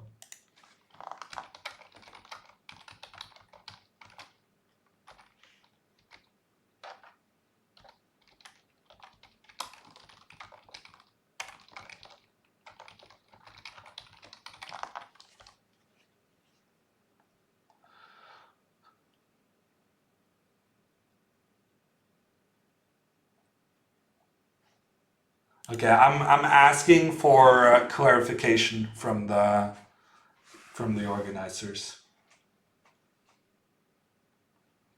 What a match deserves a commentator like Hammer. Thank you, Mac Burnout.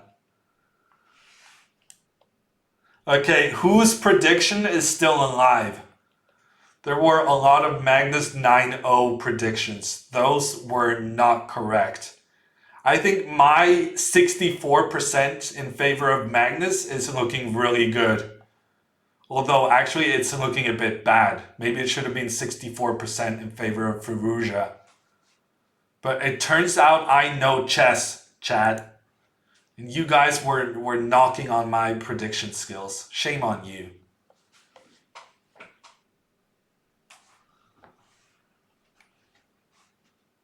You could be the EMAD of chess. Thank you, Vila.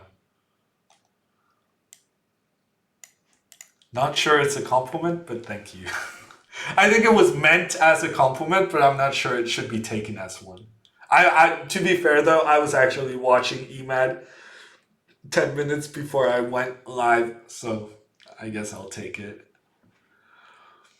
Whenever there's a lack of any good alternatives, that's kind of my go-to EMAD.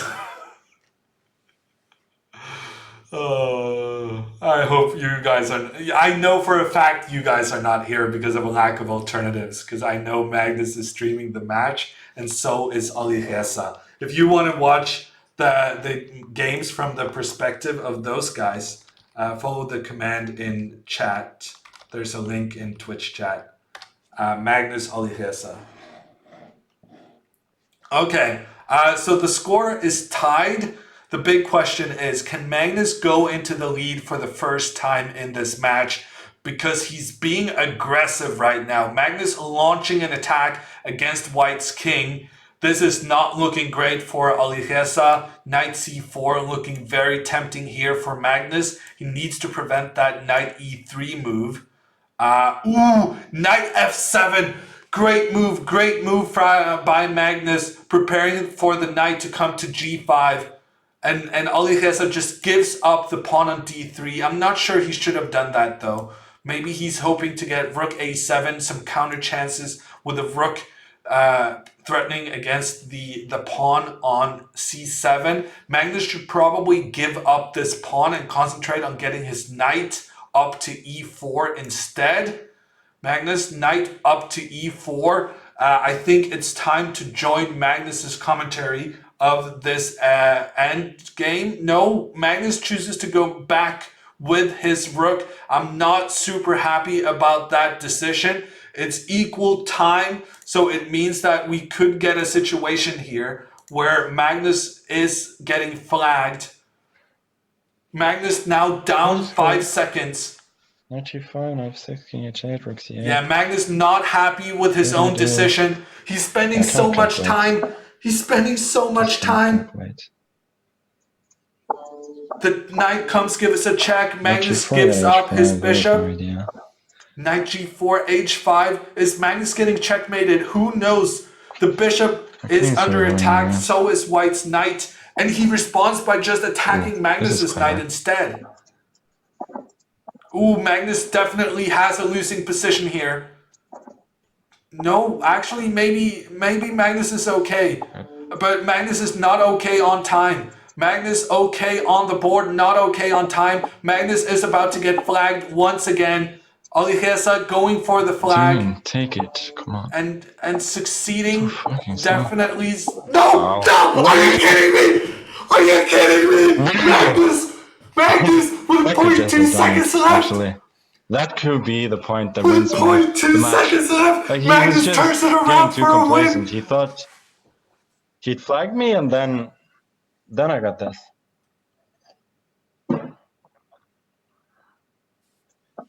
Wow. Yeah, this is not for the faint-hearted, huh? I'll say. Okay, let me try this. Oh, I should take bishop b5. Don't know what this is all about. And he's so calm. He's so calm. Okay, next game. Just getting...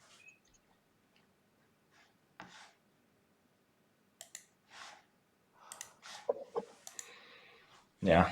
Unbelievable. Nobody said it was easy. No one ever said it will be so hard. Now he's quoting song lyrics. Good song lyrics, though, so it's fine. So now... Okay. It's a bit tilty, right? Okay, Alireza going for the kingside attack. I forgot to turn off Magnus's sound. I don't know if we want to listen to him in the background. Maybe we want to do that. But I'm just afraid that he's talking over me. I don't want him to steal my thunder. Magnus actually being somewhat scared of this rook pointing down towards White's king. And he also gave back the pawn he had extra. Not really very impressed with Magnus's play in this position. But he has taken the lead for the first time in this match. And he takes the lead in a position where I had given up on him. It was so obvious that Magnus was going to lose that game on time. and Alireza was not paying proper attention to the board and somehow allowed Magnus to give the checkmate on g2. Incredible stuff.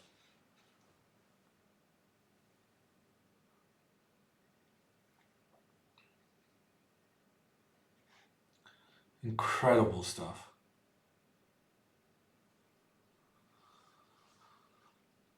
No one ever give up on Magnus. I think we learned our lesson, Homeless. We learned our lesson. I need to have a... Wow. Yeah, it's not for the faint-hearted. Magnus said it right.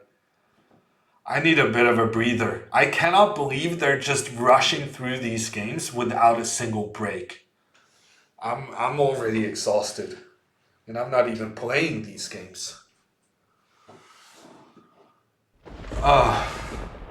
Hi Cider, thank you so much for the 5-month resub. With a Twitch Prime, no less. This commentary is worth a resub. Thank you so much, Hi Cider. Magnus is doing well, actually. Alireza thought he could go into attacking mode, going after the pawn on f3 with his knight. But I think that was a mistake. Magnus comes back with the attack against the pawn on d4. Ooh, but now the threat of rook takes the knight. Magnus has to move the knight, but then d3. Ooh, the knight is trapped! The knight is trapped! Magnus, what do you have to say for yourself? I just trapped my own knight. Knight edge. Not good. Some despair there, but he keeps going. Not optimistic. Yeah, it's clever. Wow. Alireza trapping the knight on the edge of the board. Just as I thought Magnus was doing well in the game. It turns out Alireza had seen further. Yeah, and now Magnus losing the rook as well. Okay, I think I celebrated just way too early. Let me just turn on the light. It's really dark in here. Magnus says, I celebrated way too early. And I would have to say that celebrating... No, it's 6.5 all, right? So it's first to 2 points. Jeg måtte bare slå på lys. Det var så kaldt der. Nei, det var så mørkt. He goes for this. Okay, just gonna... What? Take that. See, this is the proper reaction, people. Magnus got to capture the bishop pair for free, and he just goes, what? Why is he playing so quickly? I don't get that. Wow, apparently we're into some kind of Alireza special preparations. b7, knight d3, castles. I have the bishop pair. See, Magnus knows what's good, people. You guys mocking me for always talking about the bishop pair. But look at the greatest player of all time. He knows what's good. You're liking your 9-7 Alireza prediction? Honestly, Pat, I feel like this is going to go down to the wire. I'm not even sure we're done when one player hits 8.5. I feel like this could become 8.5, 8.5. In which case, we need to know the rules.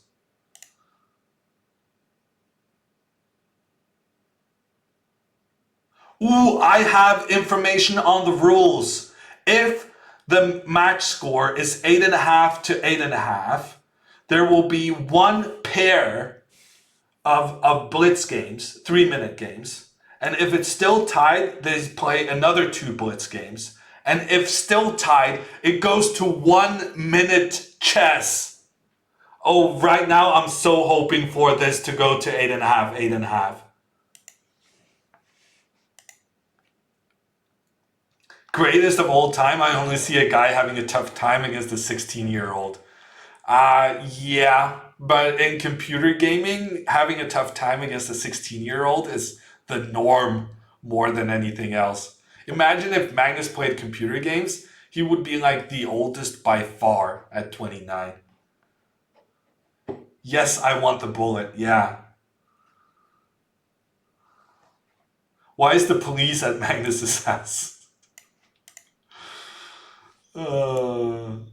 I think actually that was his father, Grand Maestro. Magnus was dialing in to the Chess 24 opening ceremony for the Magnus Invitational earlier, and then he was using his dad's Zoom account, from which I reasonably deduced that Magnus is at his father's right now. Or at the very least that his father is present at his place. One or the other. I could be a detective. Did you guys see the Checkmate show about the chess grandmaster detective? That was pretty good. I could be like that guy. What was his name against? It was like Bologan. Which is so funny because there's a chess player named Bologan. Oh, that was a funny show. Arkady Balagan, yes, that was funny. So it's like a mix of Arkady Naiditch and Viktor Bologan, both super grandmasters. Magnus is about to lose this game. Magnus, I really want you to get 8.5 to 8.5, but your time management is not doing anyone any favors. Also, Magnus just blundered his queen. That was not good. Alireza with the tactics, the first player in this match to win back-to-back games. Alireza up a minute on the clock, a pawn on the board, in addition to just having the more active pieces. Why are you thinking right now, Alireza? This is incredibly poor time management. Why are you thinking you're about to decide this match? The only way Magnus can survive this is on time, and yet you're letting him, you're playing so slowly. It doesn't matter though. There's absolutely no way Magnus can survive this bishop and knight and rook and queen. There's just so many white pieces close to Magnus's king. There's absolutely no chance Magnus survives this. And knight e4, nice move. Getting the rook to capture black's knight. There's no more pieces defending the black king. Alireza is so nervous right now, spending so much time. Magnus is just getting checkmated. Bishop takes, then queen g5. No, bishop takes, then bishop f6. Bishop to f6, and then this is checkmate. Magnus losing 2 games in a row, and this is match ball for Alireza. It's 7.5, 6.5 in the Iranian kid's favor, which means that if Alireza wins this game, he has won the match.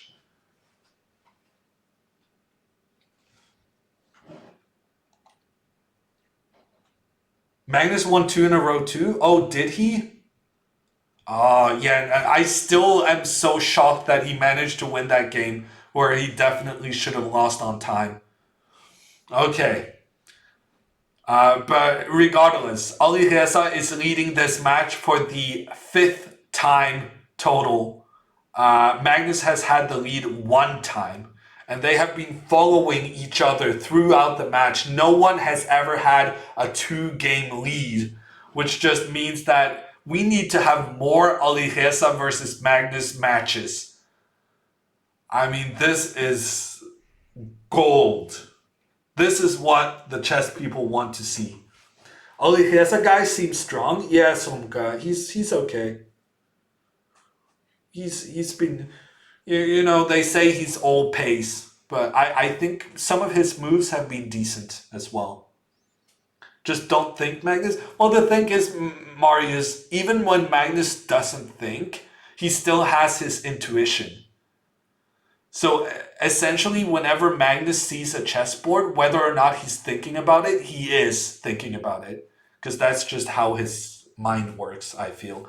Magnus looking very aggressive right now. The bishop and queen pointing down towards black's king. And now also trying to get involved with the rook. Magnus wants to go g5 next. Opening up for the rook, pointing down towards black's king. This is looking very dangerous for Alireza. If only Magnus can get this knight involved as well. But then he first needs to do something about the attack against the pawn on d4. This looks very scary for Alireza. Is Hikaru playing in this? No, he's not, Mr. Hale. As far as you know, Hikaru is noticeably better in Blitz than Alireza. Yeah, sure. If you say so. We can't really know, though, unless he plays the tournament with the other guys. Magnus is playing Hikaru in the Magnus Invitational on Saturday in the first round. So we'll get a nice Magnus versus Hikaru matchup. Do they have to have a 2-point lead to win? No, Frassel. So if Magnus wins this one, both of them will have a match ball for the final game. So I'm really hoping Magnus wins this. And he's in a good position to do so. He has 30 seconds up on the clock and what seems like a very dangerous attack against Black's king. It looks as though we're about to get into 7.5 against 7.5 territory. Although Magnus, please watch out for checkmate in one move. That would be somewhat disappointing if that were to happen. This queen is trapped.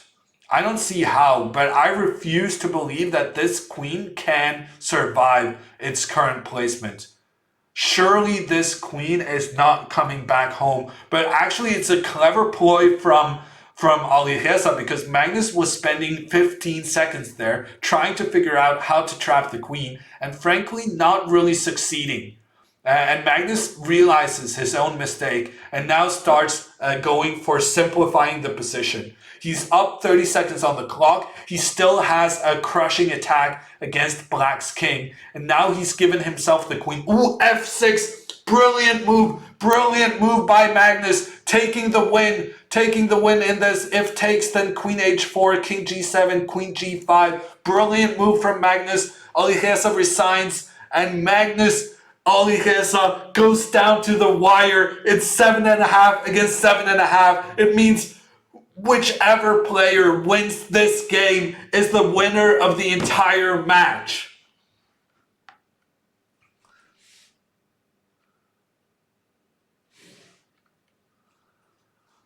And Magnus with the black pieces switches up his opening. He still goes for this, giving away the bishop pair. He tried this opening earlier. It was not a big success for Magnus. Surely Magnus has a better plan this time.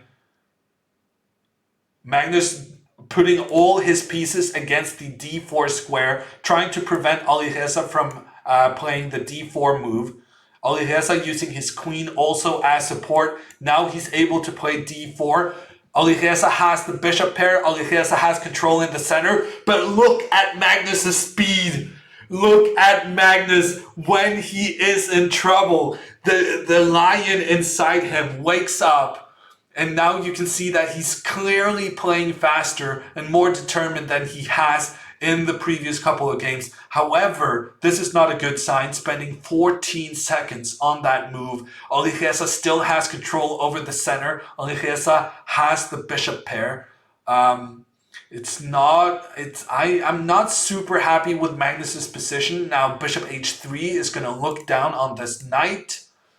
H4 also a good move. I feel like this is dangerous for Alireza, for Magnus. Ooh, but Magnus has the threat of knight takes d4. There's tactics in the air.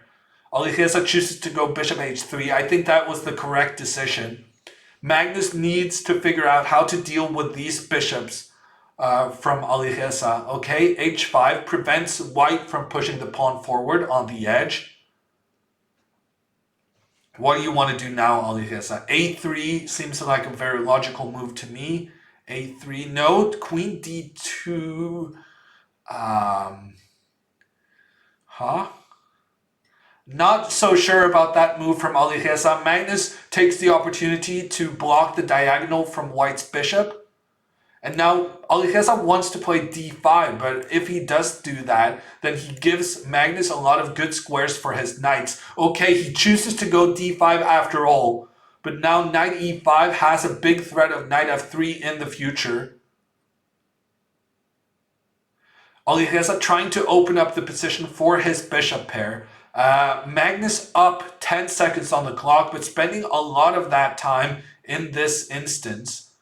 I'm not sure about that idea, Magnus. Okay, knight e5, knight e5. What is Alireza doing? Knight e5. Ooh, now Alireza is going to capture on d6. But it seems as though Magnus is being allowed to activate his pieces with a tempo while they're attacking Alireza's guys. Magnus with a 20-second advantage on the clock. Magnus's rook still under attack. You need to do something about that. The pawn on e4 also under attack. The pawn on d6 under attack. So many pieces under attack here. Difficult position to keep under control. Knight c4, very tempting for Magnus. He does do that. Bishop d4 presumably. And then, Magnus, Alireza still having the bishop pair. Magnus needs to find some really good moves now. Otherwise, his position is going to be very difficult to play with just a minute left on the clock. And you can see Magnus is not that happy about the circumstances, having to deal with White's bishops wreaking havoc on Black's position. Spent 23 seconds on that one move. Probably a good move though, because he's blocking the influence of White's bishop down the board, and now Magnus can also block the other bishop with knight e5. Maybe first exchange the bishops. No, that's not good. Magnus blundered. No, Magnus did not blunder. Knight f6 was an opportunity, but then Magnus would have had the counter tactic with knight f3 and a fork afterwards himself. Magnus definitely has the worst position here because Alireza has better placed pieces. And Magnus also has the worst pawn structure. But the crucial part here is that Magnus is down on time. We're going to have to go to Magnus's Twitch to watch the end of this epic match. Let's get the sound on as well. Okay, Magnus, stop talking. I can talk as much as I want because Magnus is super focused right now. He knows that this could very well be the final. E5. Could very well be the final game of this match. Magnus lost his rook in exchange for a knight. Magnus also down 20 seconds. Magnus being forced there to exchange the rooks. Not really something he wanted to do.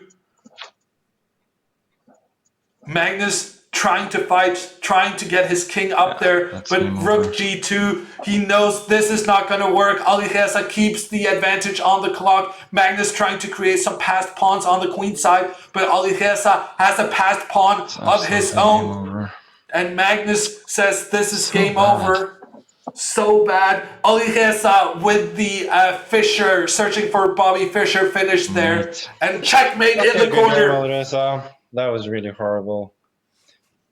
I mean, I just was way out of shape, but he deserves full credit. But I just got to be better. But yeah, he's amazingly strong. Full credit. Okay, thank you. Wow, he was not interested in having a long discussion after that. Magnus Carlsen has been defeated. And let's see if we can listen to Alireza. Give me some sound on this. You should be a little bit lucky, and it was strange that if this in this time code in this state note that we were in very less times, he was the guy who's lagging, and I had a winning position. I thought it will be other way, but but yeah, okay. Okay, it was not really big because. Of course, it is 3 minutes and opening is important, but not as much. Of course, I saw some lines, but not much, of course.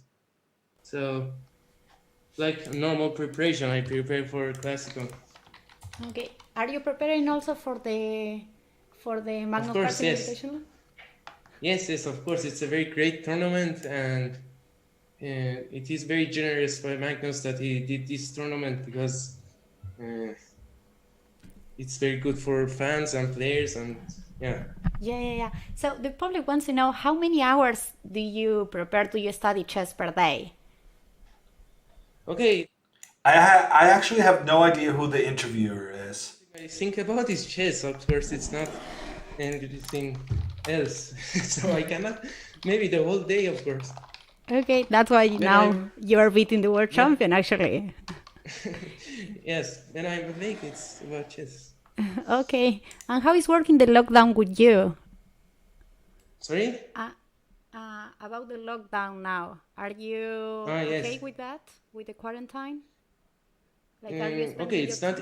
Of course, it is not easy, but it is not our choice. This is the thing that happened. Yeah. But luckily for this quarantine, we got the Magnus tournament. Yeah. But change a lot your life, or you spend like your time in your computer, study chess like regularly? It changed a bit, but not much. Of course, the chess players are working with computer a lot, but yeah, of course it changed a bit because you go out and yeah. Yeah, okay. Last question. What about the Magnus Carlsen Invitational? Do you think, like, what are your chances over there? Do you think that you can beat many grandmasters, many of them? I played a lot. I played with them already a lot. We had some wins, we had some lose, but because of its rapid, of course I have some chances, but of course it's not much because I am the last seed, and yeah, I am not the favorite, of course. Well, I don't know. After this match, who knows?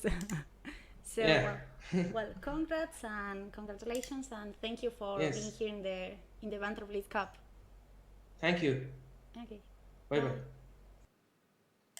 That was Alireza Firouzja, interviewed by possibly Ayolan. I think the chat is deducing it was a Spanish speaker, probably Ayolan, if I'm pronouncing it correctly. And if you are interested in the Alireza is the future merch, then I'm gonna just spam a link to the Chess24 shop. Alireza is the future. He might even be the present, because he has defeated Magnus Carlsen in the Banter Blitz Cup, and he did so in style. He clearly was the top dog. He had the lead throughout most of the competition. And while Magnus kept managing to equalize the match, it was Alireza winning the decisive game in the end. Flo, thank you so much for the 17-month resub. Ayolan Martinez, that is our suspicion, but we don't have it confirmed. Interviewing, yes, Ayolan Martinez, I have confirmation, was interviewing Alireza Firouzja.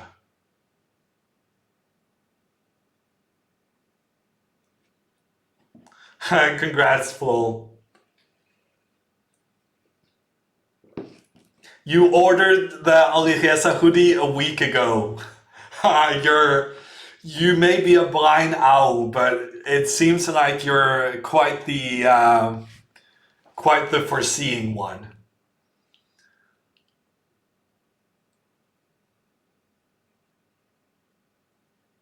At this moment, Hikaru is better than Magnus Blitz 3 minutes, no increments.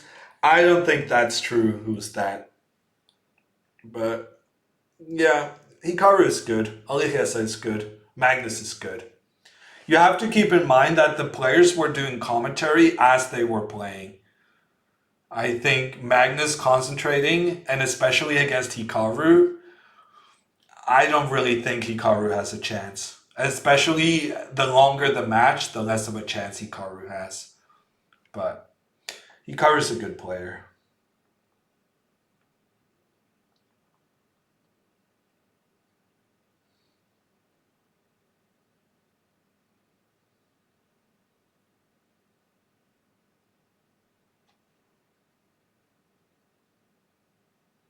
Who won? Alireza managed to win 8.5 7.5. It went down to the wire. It was as close as was pretty much possible.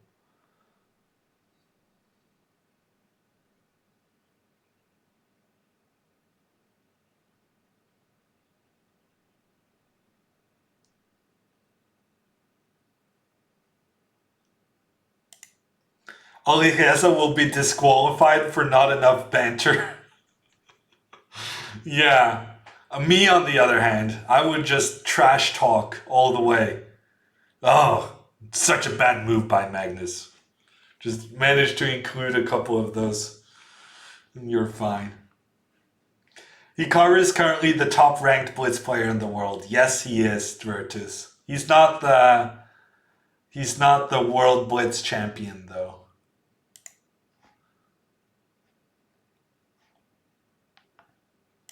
Are all of today's matches over? Yes, Trackpad. Matches are done for today.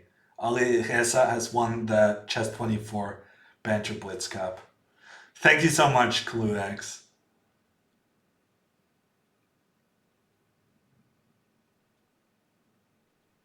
Blitz tournaments make more sense on a computer.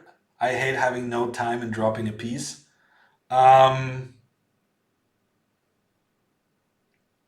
I don't know. I don't understand your argument, Arpic. On a computer, mouse slips can happen. It's much more likely to happen than over the board.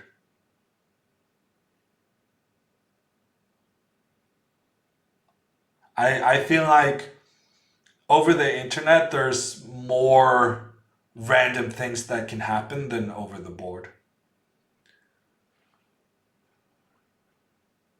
But it saves a lot of travel costs, though. That has to be said.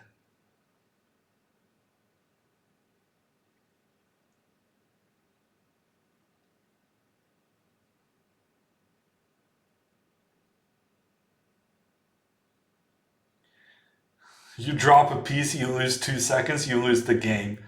Yes, if you're only playing on your increments. On the other hand, Arpig, if you make a mouse slip and lose your queen, you also lose your game. So I'm not sure what argument you're trying to make. Both circumstances are potentially game-changing. The mouse slips are definitely more normal than a player tossing the pieces around over the board. Jan trying to start his banter blitz. Yeah, I know, Dvertus. I think we're gonna let him have it. We might even send you guys over there. Did Magnus go throw himself off the window? Asks Mellow Blues.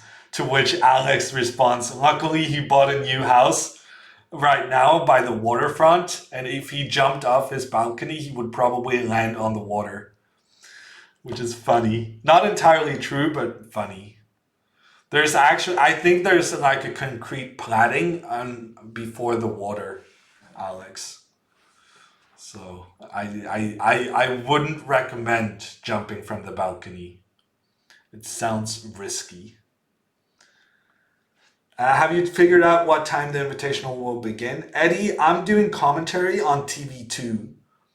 So I will not be streaming when Magnus is playing. I'm thinking about streaming on the days where Magnus isn't playing, because then I'm not busy with the TV2 broadcast. I'm considering doing something similar to this, although I imagine we won't have the same kind of enthusiasm in chat for Giri versus MVL as we had in Magnus versus Alireza.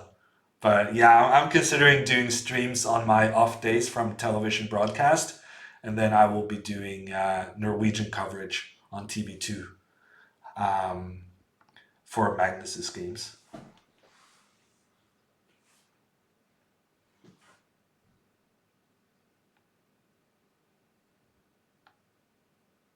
Do you think the Invitational should be FIDE rated? No, I don't think so.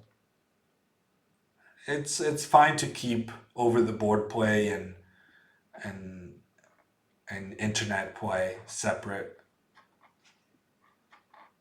Also, no one really cares about the rapid and blitz rating that the World Chess Federation has. Well, people are starting to care more about it lately, but basically the World Chess Federation completely messed it up. They made some horrible decisions with the coefficient, so it changes very quickly. It's basically dependent on 1 day.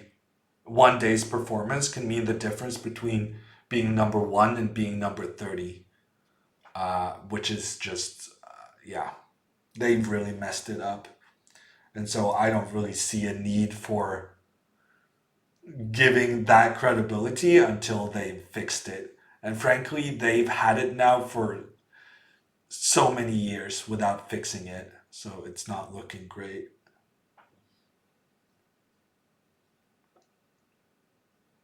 Well, I mean, I have had this discussion before, Flo, but you cannot compare different rating systems to each other. However, you kind of can compare the FIDE Rapid and Blitz and the FIDE Classical. It's like the one exception of rating systems you can compare, because the Rapid and Blitz ratings were born out of the classical ratings. So your starting rating for Blitz and Rapid was your classical rating. But even then, even if they were to fix that rating by lowering the coefficient, it would still be a different rating system, and you cannot compare rating systems. It's become a bit of a thing for me, because there's so many people on the internet who has a need to compare ratings on one side to another. But the fact of the matter is you cannot compare different systems. You cannot do that. And yes, chess.com is trying to manipulate their ratings to be as close as possible to like what we understand as normal ratings, which is like the best players being 2,800 and the worst players being 1,000. But it doesn't work. You can try to manipulate it all you want, but there's so many more games happening online than in real life. So you need to decrease the coefficient, and yeah, it's different. Different pools of players, different ratings cannot be compared. Applies to Chess24, to Lichess, to chess.com.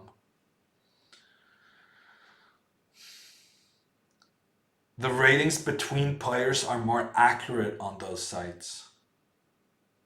Like from a probability standpoint? Is that what you're saying?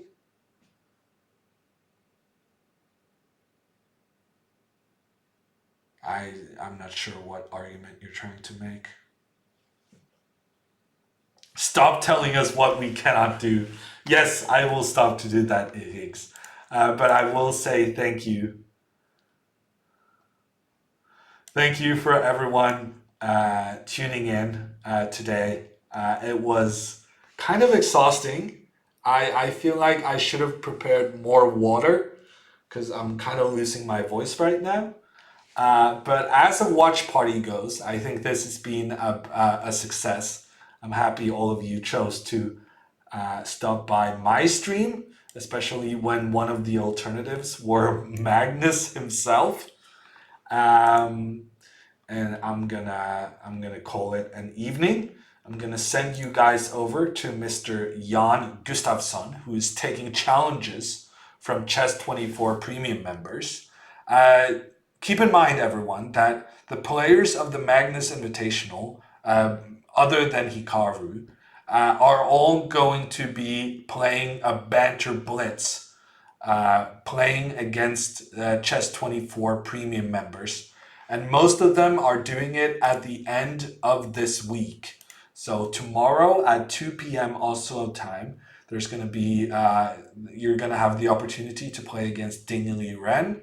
Fabiano is playing, I think, tomorrow, but it's pretty late European time.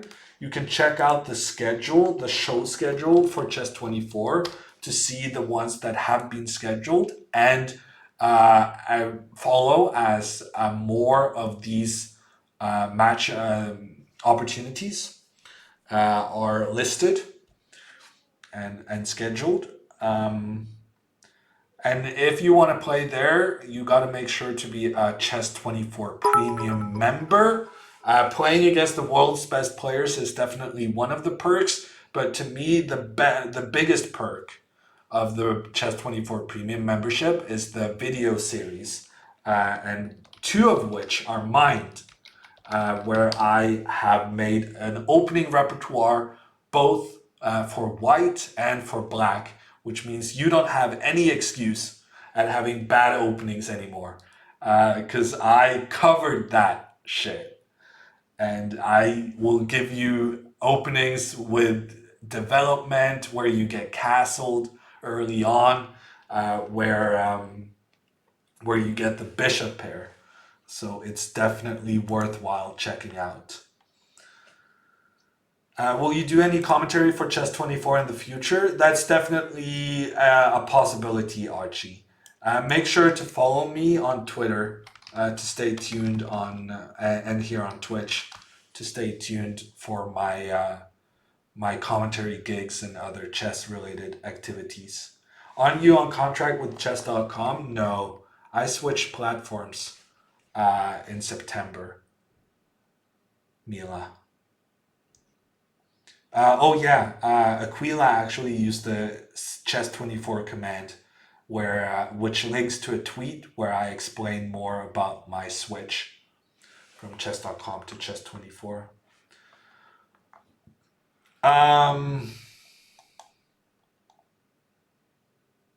Okay, I think that was it. I'm going to send you over to Jan Gustafsson. He's currently playing against viewers, so if you want a game against him, there's an opportunity to do that. I'm going to be back probably tomorrow at 8 p.m. Oslo time. That's 2 p.m. Eastern. And until then, goodbye and good night, and I'll see you around.